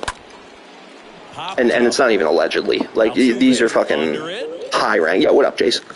These are high ranking military officials. Like, they're not making this shit up. Like, you know, so it's really happening.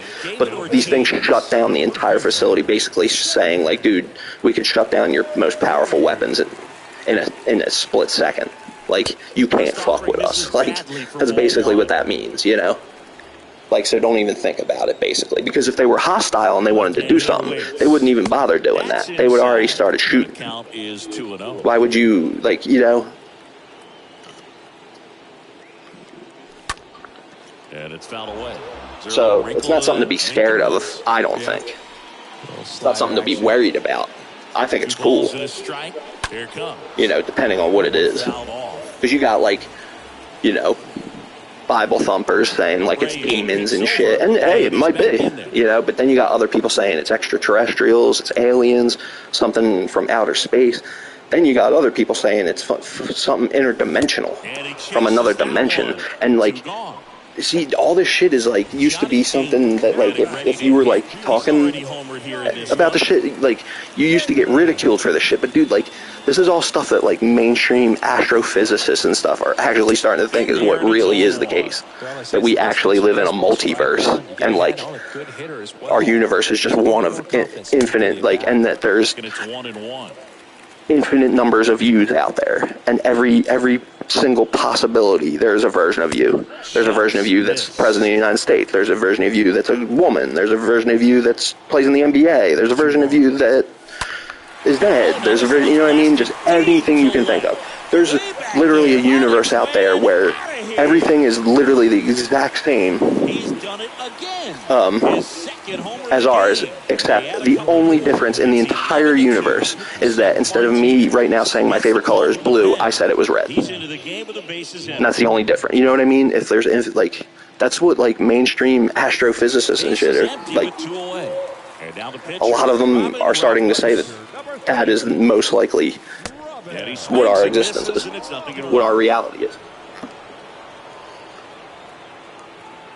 You know, because like, there's no way that there's not something outside of the universe. Because, It seems like it can be really hard at times. Like, so there's something that's sitting within nothing? He can't hurt you. Just throw it down the middle. But that doesn't make any sense whatsoever to the physical world we live in. You know? Our whole world is and he struck him out. this chemical reaction to this chemical reaction. All physical things you can touch and fucking see and feel and smell. You know, so to think that there's nothing outside of our universe, like, what? I mean, like, yeah, I know it's unfathomable, but that just doesn't make sense. And like, not from a standpoint that I just can't fathom it. I mean, I can, but like, I kind of could, like, you know, but like, everything else in the entire universe literally says that that can't be. Like, that's just not the case. Swinging a foul, pushed off. Like, the universe just literally revolves around something, and that something revolves around, like, you know what I mean? Just like everything else in the fucking world. Moons orbit around planets. Planets orbit around stars. Stars orbit around black holes. You know?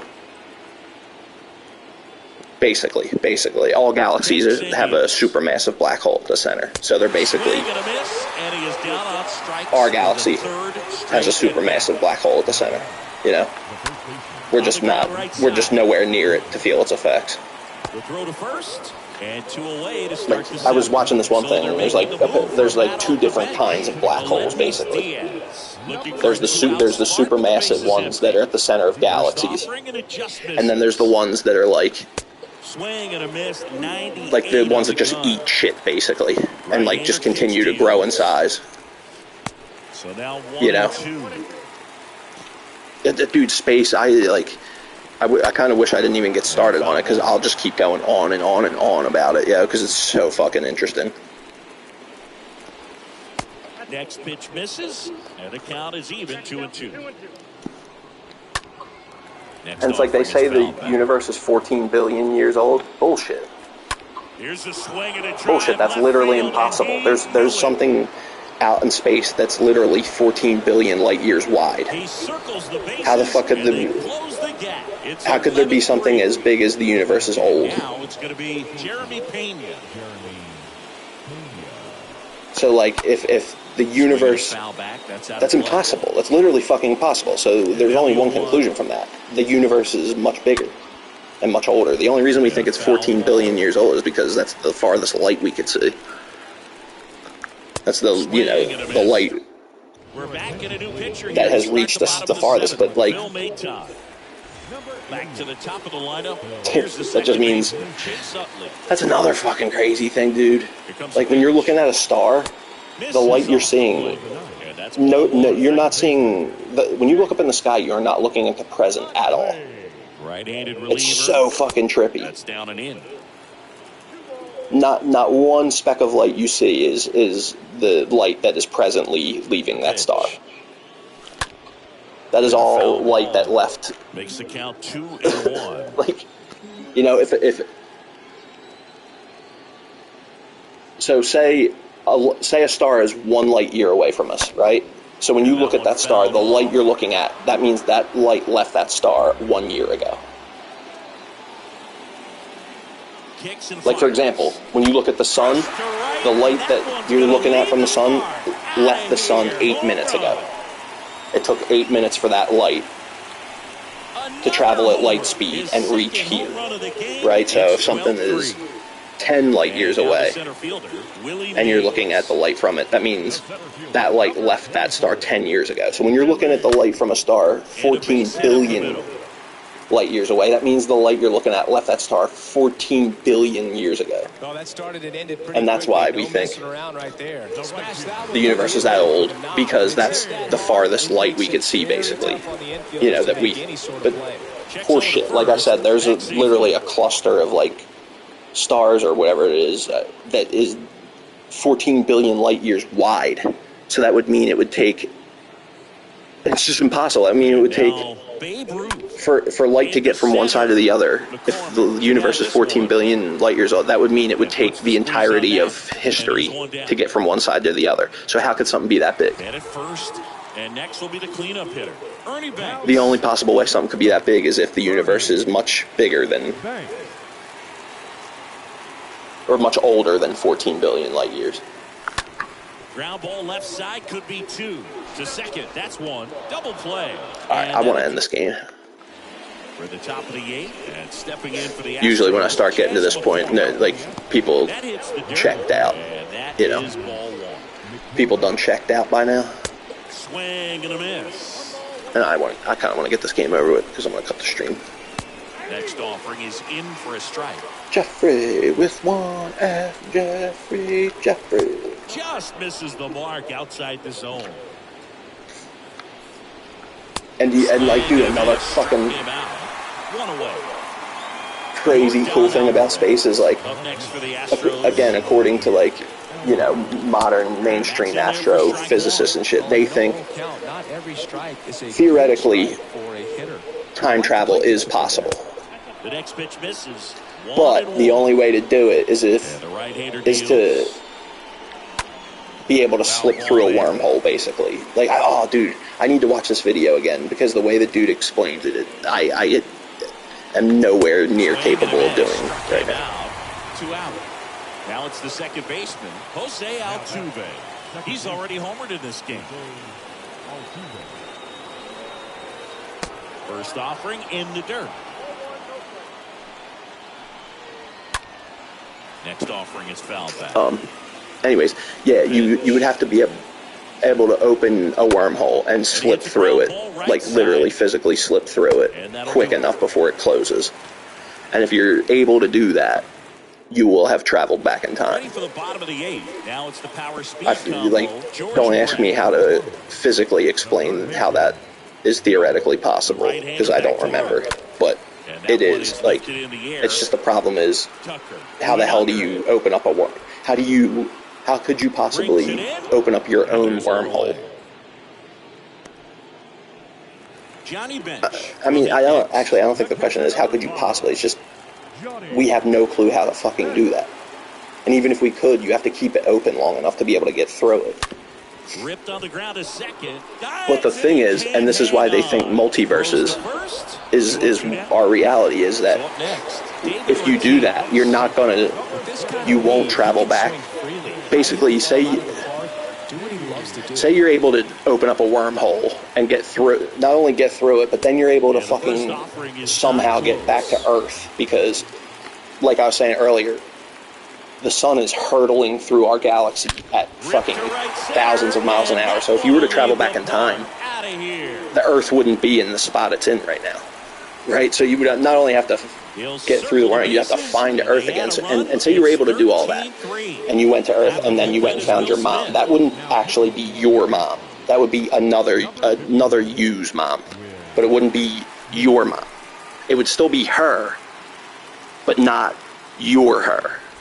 And now, how fucking trippy is that, dude? Like, they think that's, like, That is theoretically possible, according to like general relativity and shit. That is possible. Fucking wild, yeah. And batter waits. General relativity has yet to be disproven. He can't be over-aggressive. He's got to make sure that pitch is right on a tee for him. That's what Einstein's famous for. That's his theory. This one high in the air to left Basically, center. Alvarez on the move to the gap, and that's the inning.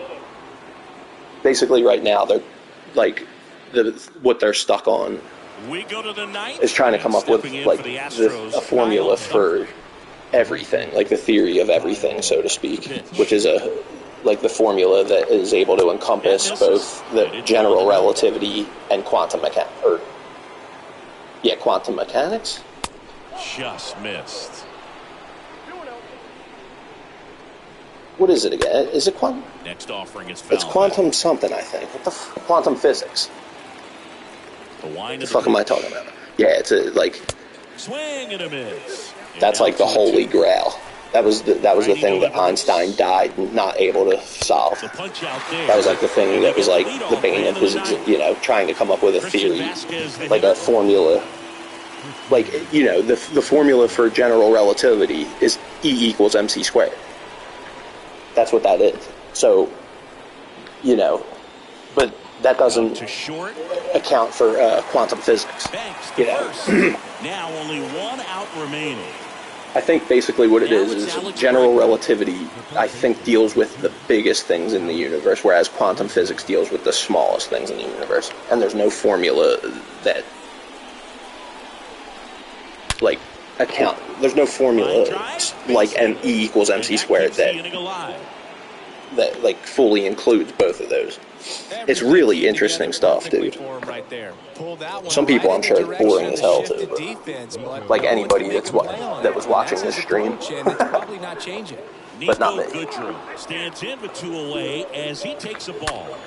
The other way could be extra bases. Can you just end this goddamn game without? Can we ever end a game without a headache? They stop the lead runner at second. Now 2 on with 2 outs. Pinch hitter coming on. Corey Lee looking for a big hit with 2 out, runners at first and second. Next offering is in for a strike. Stays alive. Wow, dude, that's just mind-blowing. That, like, down to their final strike. Mainstream astrophysicists, like, so whenever people say scientists think, these are the people that they're talking about. Got it. That's the ball. So, without further ado, scientists, quote unquote, think that multiverse, like an infinite number of multiverses, is most likely what our universe is. Like, it's just one of, like, and if that's true, that's so crazy to think about, because that means there's an infinite versions of you out there. Everything you ever could have been, or could have did, or said, or thought, every possibility is an existence, is a reality. What's up, dog? I was actually just about to cut the stream. Wait, where are we at here? Oh, we're already about halfway back up there. That's cool, but okay, all right. Yeah, plus we got a new program coming out in mere hours, so yeah, just about 12 hours. So I'm actually probably going to cut the stream here and chill and, like, go to sleep and shit, and then so that I'm good to go for when the new program drops. My plan is to be streaming when the program drops, so in 12 hours, that will be 3 o'clock p.m. for me. So I would like to be streaming at 3 p.m. So without further ado, I'm going to cut it now. What's good, Matt? How you doing, brother? Hope you're doing good, man. I was going to cut the stream anyway, so I hope you don't, think it's anything that had to do with you, of why,